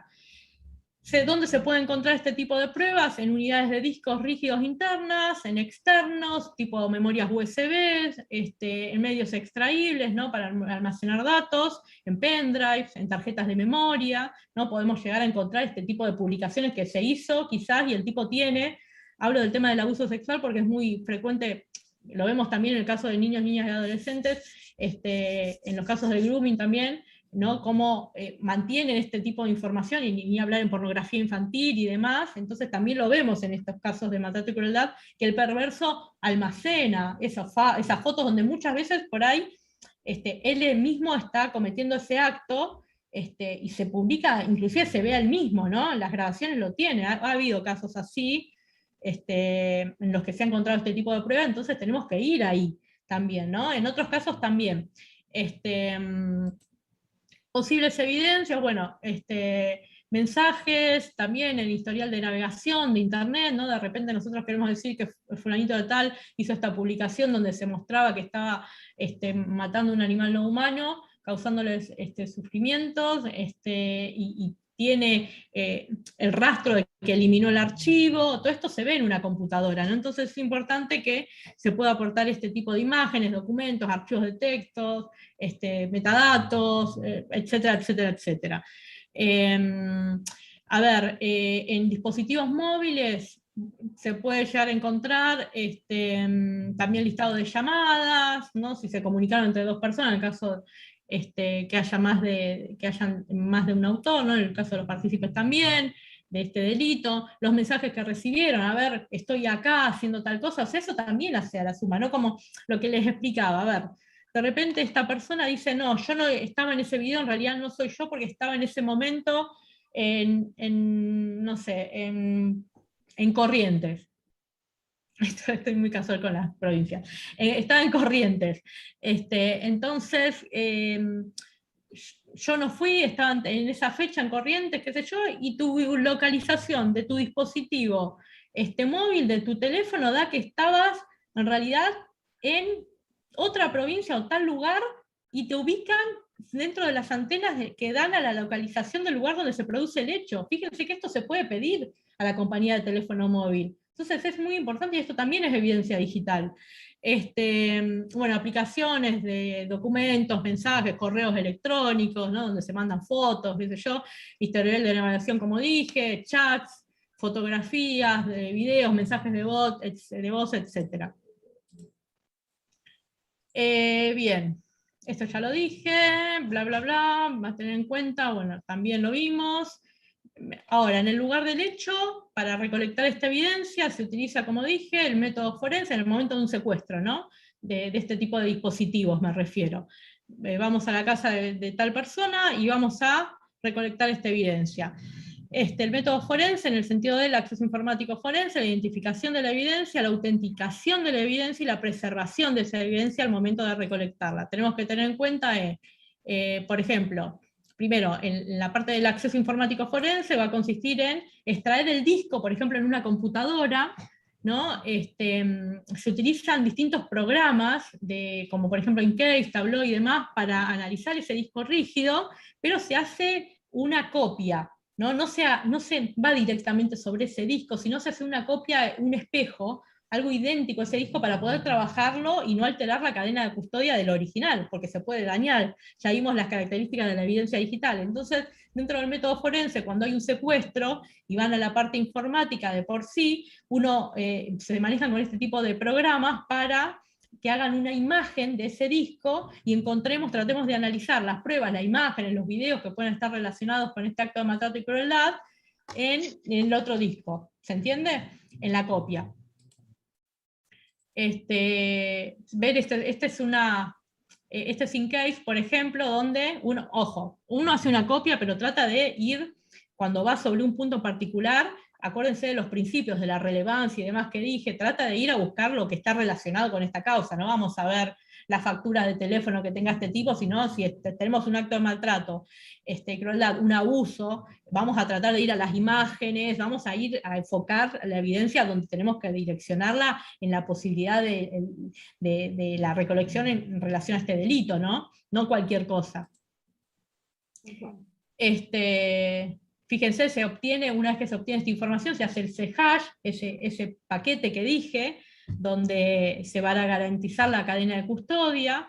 El número hash, a ver, para que tengan una noción fácil de lo que es el hash se obtiene este hash, ¿no? Se va a obtener un número, un identificador, donde una vez que se recopila toda esa información, si ustedes modifican, aunque sea una letra, un número, lo que sea, va a dar un valor distinto. Entonces, fíjense que esto es una caja cerrada, y si ustedes la tocaron, se va a mostrar la huella de que ustedes la tocaron, por lo cual la cadena de custodia no se va a preservar y esto posiblemente no nos sirva. Por eso esto queda cerrado, ¿no? El hash es importante para mantener esa cadena de custodia en cuanto a la información que ustedes estén salvaguardando.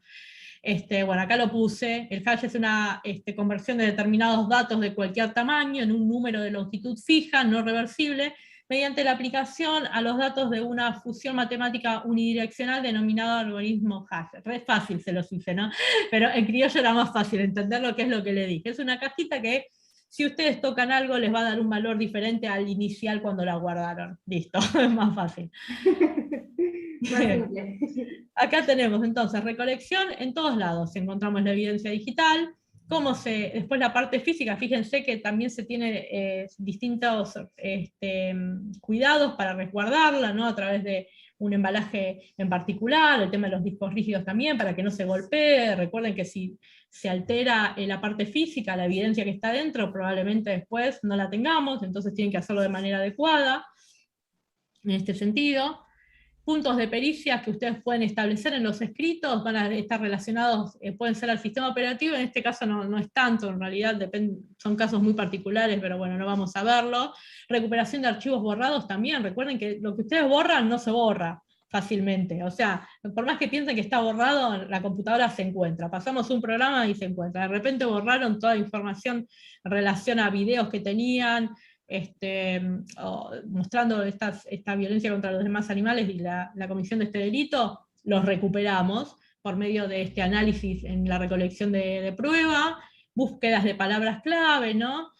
Podemos ver también antecedentes, a ver, ejemplo, una persona que abusaba sexualmente, en el historial podemos ver que quizás consume ese material en internet, ¿no? Y también podemos dar cierta trazabilidad con esto que lo ubique en ese tipo de hechos.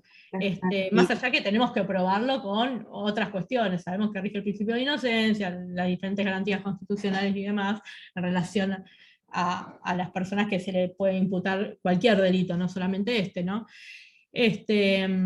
Bueno, la detección de maniobras de encubrimiento, que puede ser cualquiera para encubrir, ¿no?, este tipo de delitos, determinación de hora y fecha de archivos borrados, exportación de archivos a un soporte externo, también tomar contenido de información de los celulares, de repente por WhatsApp, si en algún momento alguien lo pudo haber compartido en un grupo o algo por el estilo también, el análisis de la tarjeta de memoria del celular. Bueno, como dije, si se presenta algún tipo de alteración en algún archivo y demás también, o cualquier otro dato que sea relevante para la causa, ¿no? Tenemos que pensar en eso cuando fijamos también puntos de pericia sobre un dispositivo móvil en particular. Bueno, esto termino acá la parte digital y hago una parte muy cortita, así no los aburro, porque además es muy largo y no voy a llegar a hacerlo, sino... Igual excepcional la clase, ¿eh? La verdad es que hiciste hincapié en todos los temas, recorriste todo lo que es evidencia digital. Terrible. No, traté de hacerlo para que se entienda, no sé si lo logré, pero bueno, es medio complejo el tema, pero sí, bueno, voy a mostrarles esto muy brevemente igual, a ver.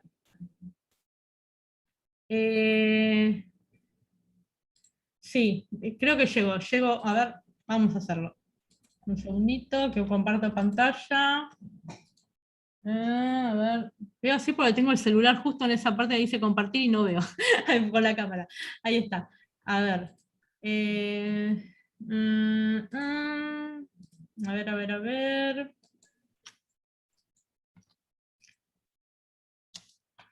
Bueno, tema de la investigación. Esto se los quiero dejar en algún momento. Vamos a hacer una clase extensa, no en este taller, pero en algún momento lo vamos a hacer seguro en este taller, en otra edición de este taller. Lo hacemos en 2 clases, ¿sí? Sí. Pero a ver... Es que la idea es que este taller se vuelva a repetir a lo mejor el año que viene, y bueno, poder empezar a darlo una vez al año. Genial. Bueno, en algún momento hacemos una clase más extensiva. Esta es una introducción nada más, pero bueno, la quiero dejar para que tengan en cuenta también. Vimos la parte ciber, lo que pueden hacer con respecto a estas cuestiones. Y recuerden, siempre pueden denunciar, de vuelta el tema de siempre deben denunciar el tema de estos delitos, no realizar scratches. Ojo, a veces los scratches, no para investigar un delito ni para denunciar, sino después quizás para el tema de la presión, depende en qué caso puede llegar a servir o no, una vez que esté iniciada la causa, que está rescatada la víctima no humana y demás, o sea, no en el momento inicial, eso jamás va a servir, ni estratégicamente ni nada. Olvídense, van a poner en peligro a la víctima no humana, y por favor no lo hagan, porque además van a entorpecer el trabajo si no se comprometen de quienes sí nos comprometemos. Y acá lo importante es la víctima no humana. Y buscar que más allá de que con la ley que tenemos nunca vamos a llegar realmente a lo que es alcanzar un estándar de justicia real, ¿no? Pero sí con lo que tenemos al menos tratar de que avance la causa y que se pueda juzgar como corresponde a esta persona y que reciba la pena dentro de lo que tenemos en la ley, el máximo de la ley, de lo que prevé la ley, ¿no? Hoy en día. Bien, la investigación. Otra cosa importante, ¿no? Si bien sé que es abierto al público en general, desde el lugar que ocupemos, recuerden hacer la denuncia, comprometerse con el rescate, ofreciéndose como cuidador transitorio responsable, con la recuperación, o sea, desde el lugar que estemos, siendo abogados, no abogados, abogadas, veterinarios, no teniendo ninguna profesión en particular, si nos queremos comprometer, podemos, desde el lugar que tengamos. Podemos con lo que sea, con nuestro granito de arena podemos hacerlo, principalmente denunciando, como corresponde, como dijimos, policía, fiscalía, aportando la prueba que tengamos y demás. Y para los abogados y abogadas, recuerden que pueden pedir siempre la preservación de este tipo de pruebas, ¿no? Que la pueden y deben hacerlo, que pueden aportar igual el tema de las capturas, como dije, que es muy dudosa, lo pueden hacer igual, es mejor un video, y pedir en paralelo que se preserve la prueba, que se pida por medio de los portales que tiene el Ministerio Público Fiscal o la policía en ese sentido de investigación, y que puede avanzar sobre este tipo de causas también a través de esta preservación de la prueba, ¿no? Y que podemos denunciar estos casos que están dándose, que se fueron expuestos por medio de una red social, pero que también tenemos que tener cuidado y avanzar un poquito más en esos medios probatorios para no denunciar cualquier imagen que vemos, porque a veces no tiene nada que ver y si no, nos perdemos esta seriedad que necesitamos para el tratamiento de este tipo de casos, ¿no? Es todo como un repaso general. Ahora, en cuanto a la investigación y la escena del crimen y medios de prueba, expongo rápidamente algunos. Registro domiciliario, allanamiento y requisa personal son uno de los, estoy hablando nada más de los medios de prueba en general para que se tengan en cuenta. El secuestro de elementos probatorios, y en el caso del animal no humano será el rescate, no me gusta decir secuestro porque es muy cosificante en este sentido, es el rescate, ¿no? Se puede secuestrar un elemento, un objeto, el animal no humano es un sujeto, por lo cual lo correcto es hablar de rescate. Prueba testimonial, pericial, de reconocimiento, documental, confesional, la evidencia digital ya la vimos. Bueno, siendo el registro domiciliario y requisa personal, esto lo conocen, tiene que existir una orden fundada por parte de un juez competente, no salvo las excepciones previstas por la ley. En el caso de la vestimenta, bueno, cuando se entienda que en la vestimenta del denunciado o en su cuerpo podría hallarse elementos que sean relevantes para el proceso, se le puede realizar también una requisa personal, ¿no? Por ejemplo, una persona que acuchilló a un animal humano y lo tiene encima, se podría bien hacer una requisa y sacar, secuestrar ese elemento. También se necesita orden judicial, salvo los casos de urgencia justificada, previsto por la ley. El caso del secuestro, se supone, bueno, la aprehensión de cosas relacionadas con este tipo de delitos, puede ser un arma de fuego, ¿no? Que sean sujetos a decomiso y puedan servir como material probatorio. Testimonial, bueno, será la declaración que se realice que respecto al hecho considerado como delito, en este caso no un acto de maltrato y crueldad, de violencia contra los demás animales, en definitiva, que esté establecido en la ley, y recuerden que en ocasiones, por más que no esté expresamente definido, por ejemplo, el caso de un abuso sexual o abandono en particular, por más que se hable de delitos dolosos y no culposos, muchas veces podemos encuadrarlos en dolo eventual, ante algunas conductas, ¿no? Y acudir al artículo 3, inciso 7, en relación a causar sufrimientos innecesarios. Hablo en los casos que no están tipificados expresamente, ¿no? Yo en algunas cuestiones de abandono he acudido a la figura del dolo eventual, y también obviamente al artículo 3, inciso 7, y el abandono no está tipificado en la 14.346, el abuso sexual claramente configura en un sufrimiento innecesario hacia un animal no humano, pero tampoco está expresamente tipificado, y también vamos al artículo 3, inciso 7, como dije. En este caso, la prueba testimonial será cualquier declaración que realice una persona en relación a este hecho, que se pueda aportar. La prueba pericial va a ser informes brindados por una persona ajena al proceso con distintos conocimientos especiales, técnicos y científicos sobre una materia en particular, por ejemplo, en el caso de los veterinarios, ¿no? Bueno, de reconocimiento, esto también se da en algunos casos, no es tan frecuente, pero sí, en estos digo, ¿no? particularmente, y los animales no humanos durante el proceso penal, como dije, es importante que sean rescatados en ese momento y se saquen de esa situación y que no se le restituya de ninguna manera al maltratador. Por eso cobra relevancia esto de decir dónde se queda el animal no humano durante el proceso y que se saque definitivamente de la esfera de cuidado, entre comillas, de su maltratador, ¿no? Sea por medio de una ONG, una persona que se ofrezca para ser su cuidador transitorio definitivo, ¿no? Y salga de esta situación durante el proceso, en tanto se define la situación del imputado. Bueno, esto rápido lo vamos a ver. Investigación en la escena del crimen. Hay 3 cuestiones fundamentales a tener en cuenta en la escena del crimen con respecto a la prueba, ¿no? Acá ya nos vamos de la evidencia digital en particular, sino a cualquier tipo de evidencia. Tenemos que hablar de ese reconocimiento, una recolección adecuada de esa prueba, la conservación también adecuada, ¿no? Toda la información sobre la víctima, los sospechosos, en este caso, ¿no? En la escena del crimen, o del crimen en particular, perdón. Los hallazgos van a estar basados en distintos principios, por ejemplo, el principio de intercambio de Lockhart, en donde todo contacto va a dejar su huella, ¿no? Nosotros tenemos que tener en cuenta esto, o sea que hay un trazo que encontramos a nivel probatorio en la escena del crimen, en la escena en particular donde se cometió el delito, que va dejando esa huella, ¿no? Y también el principio de ausencia de pruebas, que no es una prueba de ausencia. ¿Qué significa esto? Que la falta de prueba no va a significar que no se haya cometido el delito, ¿no? Fíjense que en este caso de delitos de acción pública, como dijimos, por más que no vayamos con una prueba, esto se tiene que investigar, el Ministerio Público Fiscal está obligado a investigar.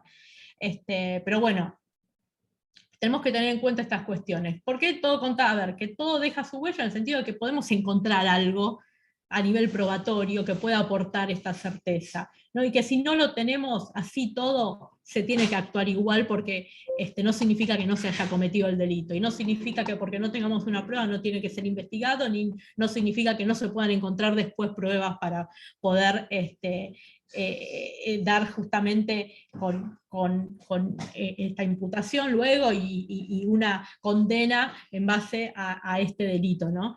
Bien, acciones iniciales son críticas en cualquier investigación, en la escena del crimen, mucho más, que esto acá cobra relevancia el tema de la policía, ¿no? Cómo actúa en la recolección de esta prueba y cómo nosotros tenemos que asegurarnos que haya actuado.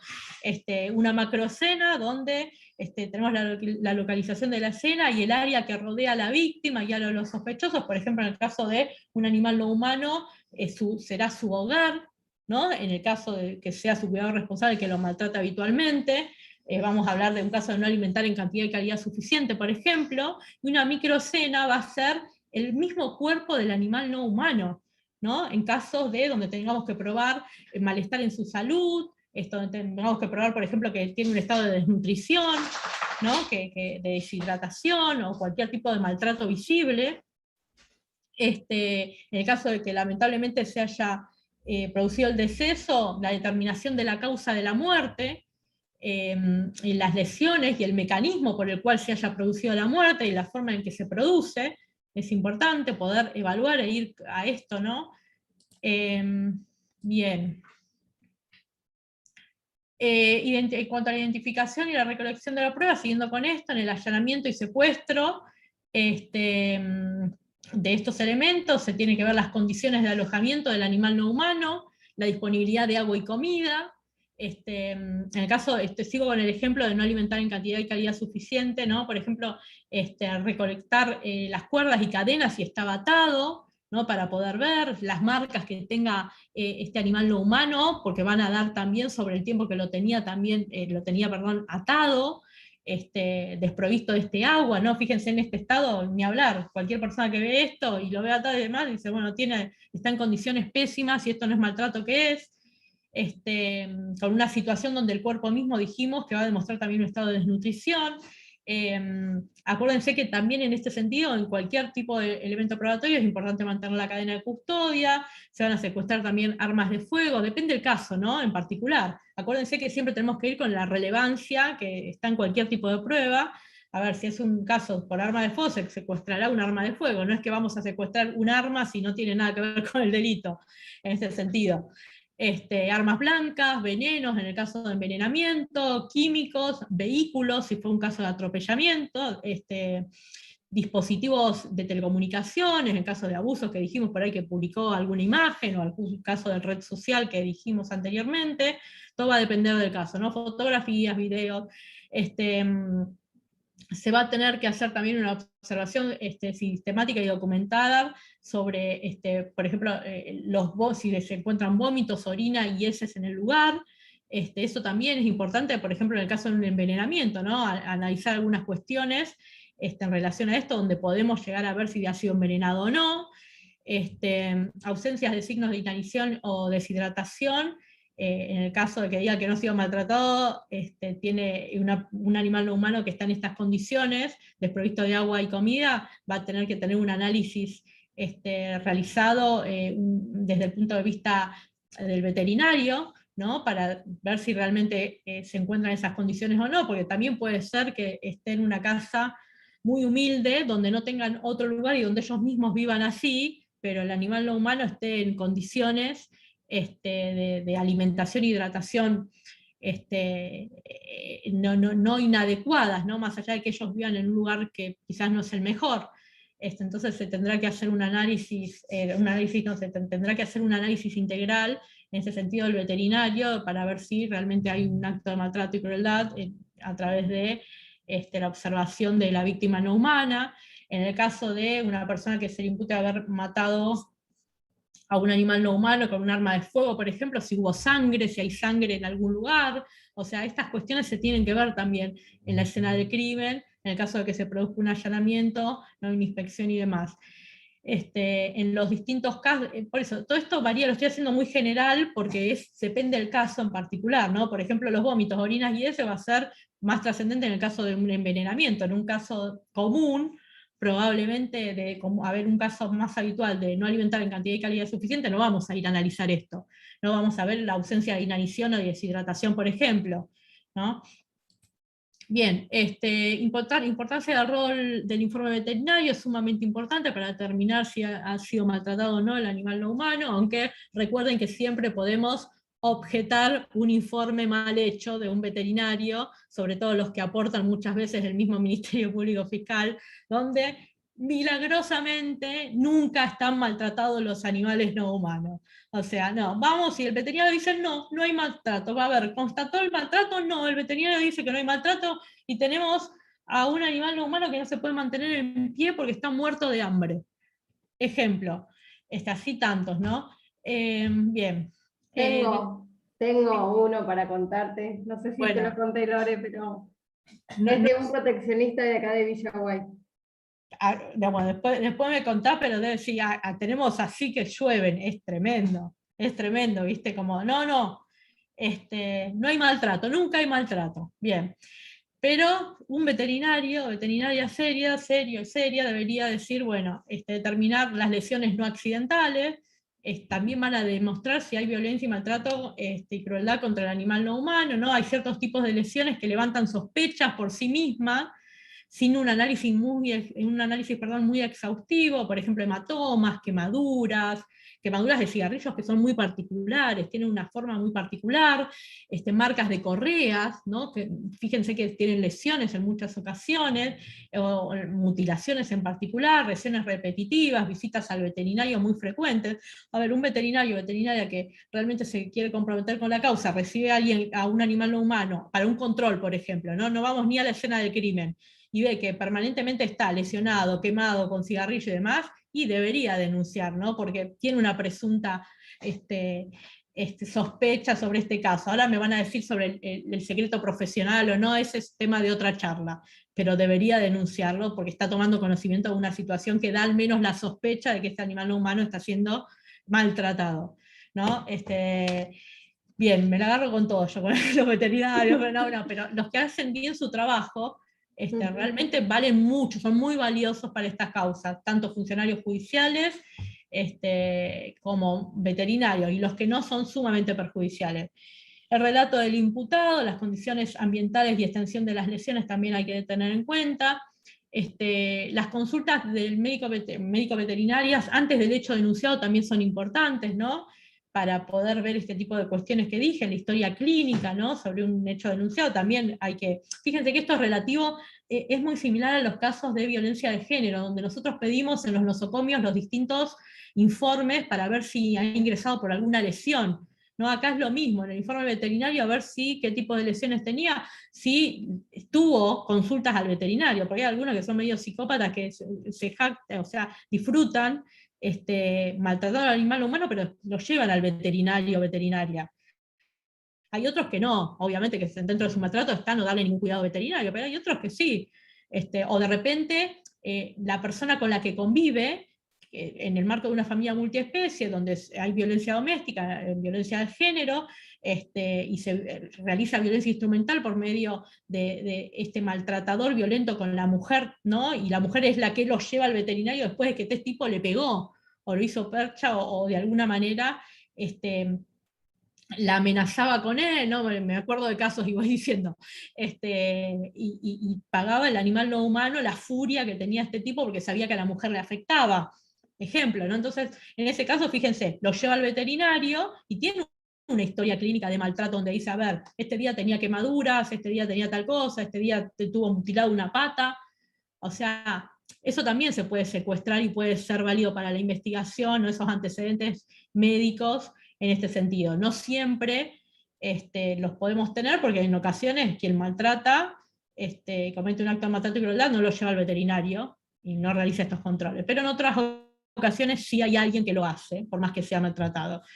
¿Qué más? Bueno, se deben buscar cualquier hallazgo, explicaciones, inclusive las vagas y ciertas inconsistencias en cuanto al relato de la persona que llevó al veterinario a ese animal no humano, ¿no? Decir, uy, a ver, no, en este momento, a ver, ¿qué le pasó? Tiene mutilado una pata, y no, en realidad le pusimos, no sé, lo atamos un segundo para que espere y tironeó y se lesionó. No, eso no existe, es un relato totalmente inconsistente. O a ver, dejamos el cigarrillo por ahí, se acostó y por eso tiene la quemadura. ¿No? Muchas veces dan excusas cuando le preguntan al veterinario o veterinaria que realmente quiere saber y lo vuelven a la historia clínica y dicen cuestiones totalmente inconsistentes. Esto también se tiene que tomar en cuenta si se pide el secuestro de una historia clínica, ¿no? Para ver si realmente existía esto. ¿Cómo damos a esa historia clínica? Porque muchas veces el maltratador dice, no, si yo lo llevo al veterinario, si yo bla, bla, bla. No, a veces le juega en contra. Y otras veces no, depende de la labor que realice el veterinario o veterinaria y si realmente deja sentada este tipo de cuestiones, ¿no? Y tiene una historia clínica adecuada. Búsquedas de pruebas en la víctima. Recuerden que la valoración corporal también es muy importante en la víctima no humana. Se pueden hacer radiografías, bueno, obviamente se tomarán medidas, ciertas pericias, radiografías que pueden revelar lesiones repetitivas, ocultas también y antiguas de larga data. También son útiles en casos de envenenamientos, hallazgos de comida u objetos no habituales.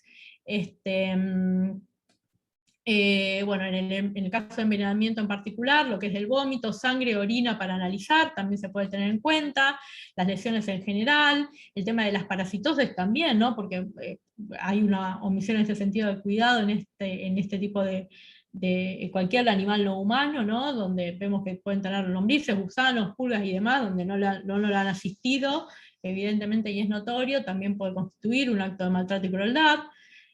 Los análisis de sangre en materia fecal, pérdida de sangre por lesiones o enfermedades, también se puede llegar a analizar esto en el cuerpo del animal no humano, de la víctima.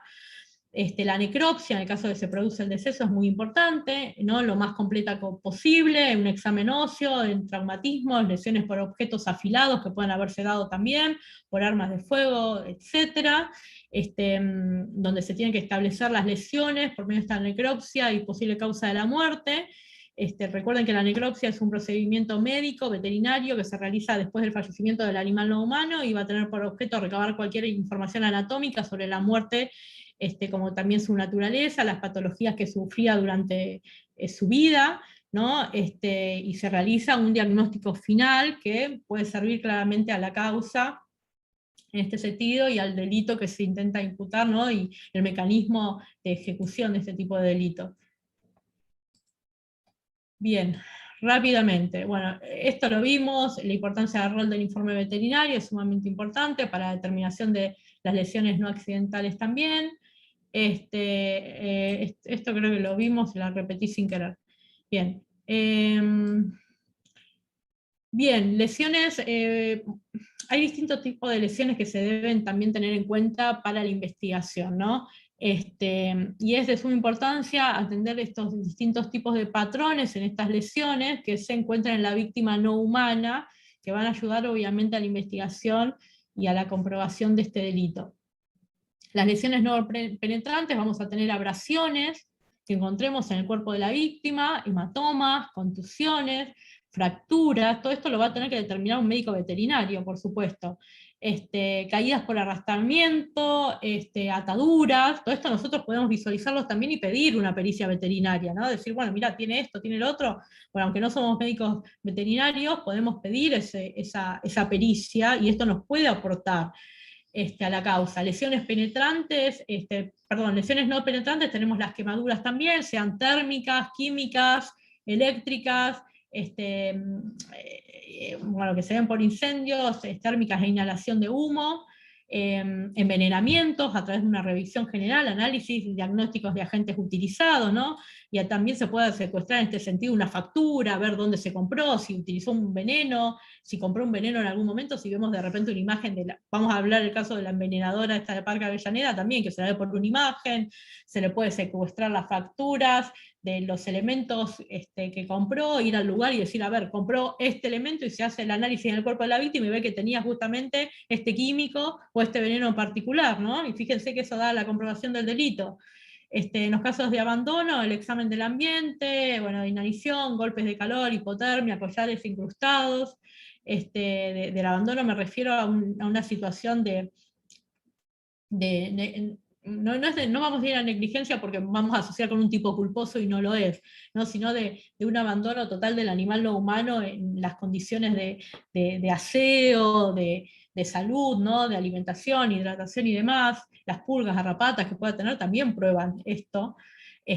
Sufrimiento innecesario al que se lo está sometiendo. Y en lesiones penetrantes vamos a tener laceraciones, abulsiones, heridas de arma blanca para investigar, ¿no? Hachazos, mutilaciones, algunas cuestiones que son específicas en los crímenes rituales, por ejemplo, ¿no? En algunos casos, que bueno, se ven este tipo de rituales que utilizan animales no humanos, heridas por disparos dentro de las lesiones penetrantes a tener en cuenta, que puede ser, bueno, ahí entra en juego la balística, ¿no? Determinación del orificio de entrada, salida, la distancia del disparo, que esto también se mide, ¿no? Hay un montón de cuestiones que van a hacer la investigación pericial con el perito balístico en este sentido, la trayectoria del proyectil, ¿no? En el caso de Tita, por ejemplo, esto se vio también, ¿no? Si está lejos, cerca, si habla de legítima defensa, que puede llegar a decirlo, estado de necesidad o no, si estaba cerca, lejos o no del animal no humano, se mide todo esto, ¿no? Se hace una reconstrucción del hecho también. En los casos de asfixia y ahogamiento, la revisión general, sofoco, estrangulación y ahogamiento que pueda presentar el cuerpo de la víctima. En los casos de abuso sexual, se hace una revisión general. Todo esto se le tiene que exigir al médico veterinario, se lo tiene que fijar en la pericia, ¿no? Y se tiene que poner, por eso lo nombro este tipo de lesiones, porque es muy importante que las conozcamos. Se investiga también la escena del crimen, los distintos hallazgos en esa escena, el examen de la víctima no humana, la zoonosis en el caso de que se haya dado penetración, ¿no? Directamente, el acceso carnal, muchas veces, en ocasiones, el abusador tiene alguna zoonosis en relación a este acceso carnal que ha tenido con la víctima no humana. Esto también hay que tener en cuenta, que también se puede llegar a dar, se puede dar que presente de repente alergias, un brote o algo por específicamente en el miembro, en estos casos de acceso carnal, y muchísimas cuestiones en el tema del examen de esperma, bueno, semen del agresor, etcétera, que puede ser encontrado en la víctima no humana. dentro de las lesiones no penetrantes, esto no vamos a ir, vamos a cerrar porque me parece que es mucho contenido, se deben estar mareando entre cibercrimen y esto, pero bueno, hay muchísimas lesiones, ustedes tienen que tener en cuenta esto, que es necesario que por más que no sean médicos veterinarios, tienen que saberlas, tienen que conocerlas, porque van a hacer a la investigación de este tipo de delitos y a la comprobación de este tipo de delitos y a la prueba. Entonces ustedes pueden fijar puntos de pericia con mayor conocimiento, pueden buscar más elementos probatorios para este tipo de causas en base a este tipo de lesiones, que ya vimos alguna de estas. No vamos a ir en particular por cada una, porque además es tarde y deben estar mareadísimos, pero tengan en cuenta que otra cuestión para finalizar, más allá de estas cuestiones que vimos, sobre algunas lesiones en particular, esto es una breve introducción a la parte de investigación en la escena del crimen y sobre el cuerpo del animal no humano como víctima, tiene que ver más con criminalística que otra cosa, pero tengan en cuenta que también, más allá de las lesiones,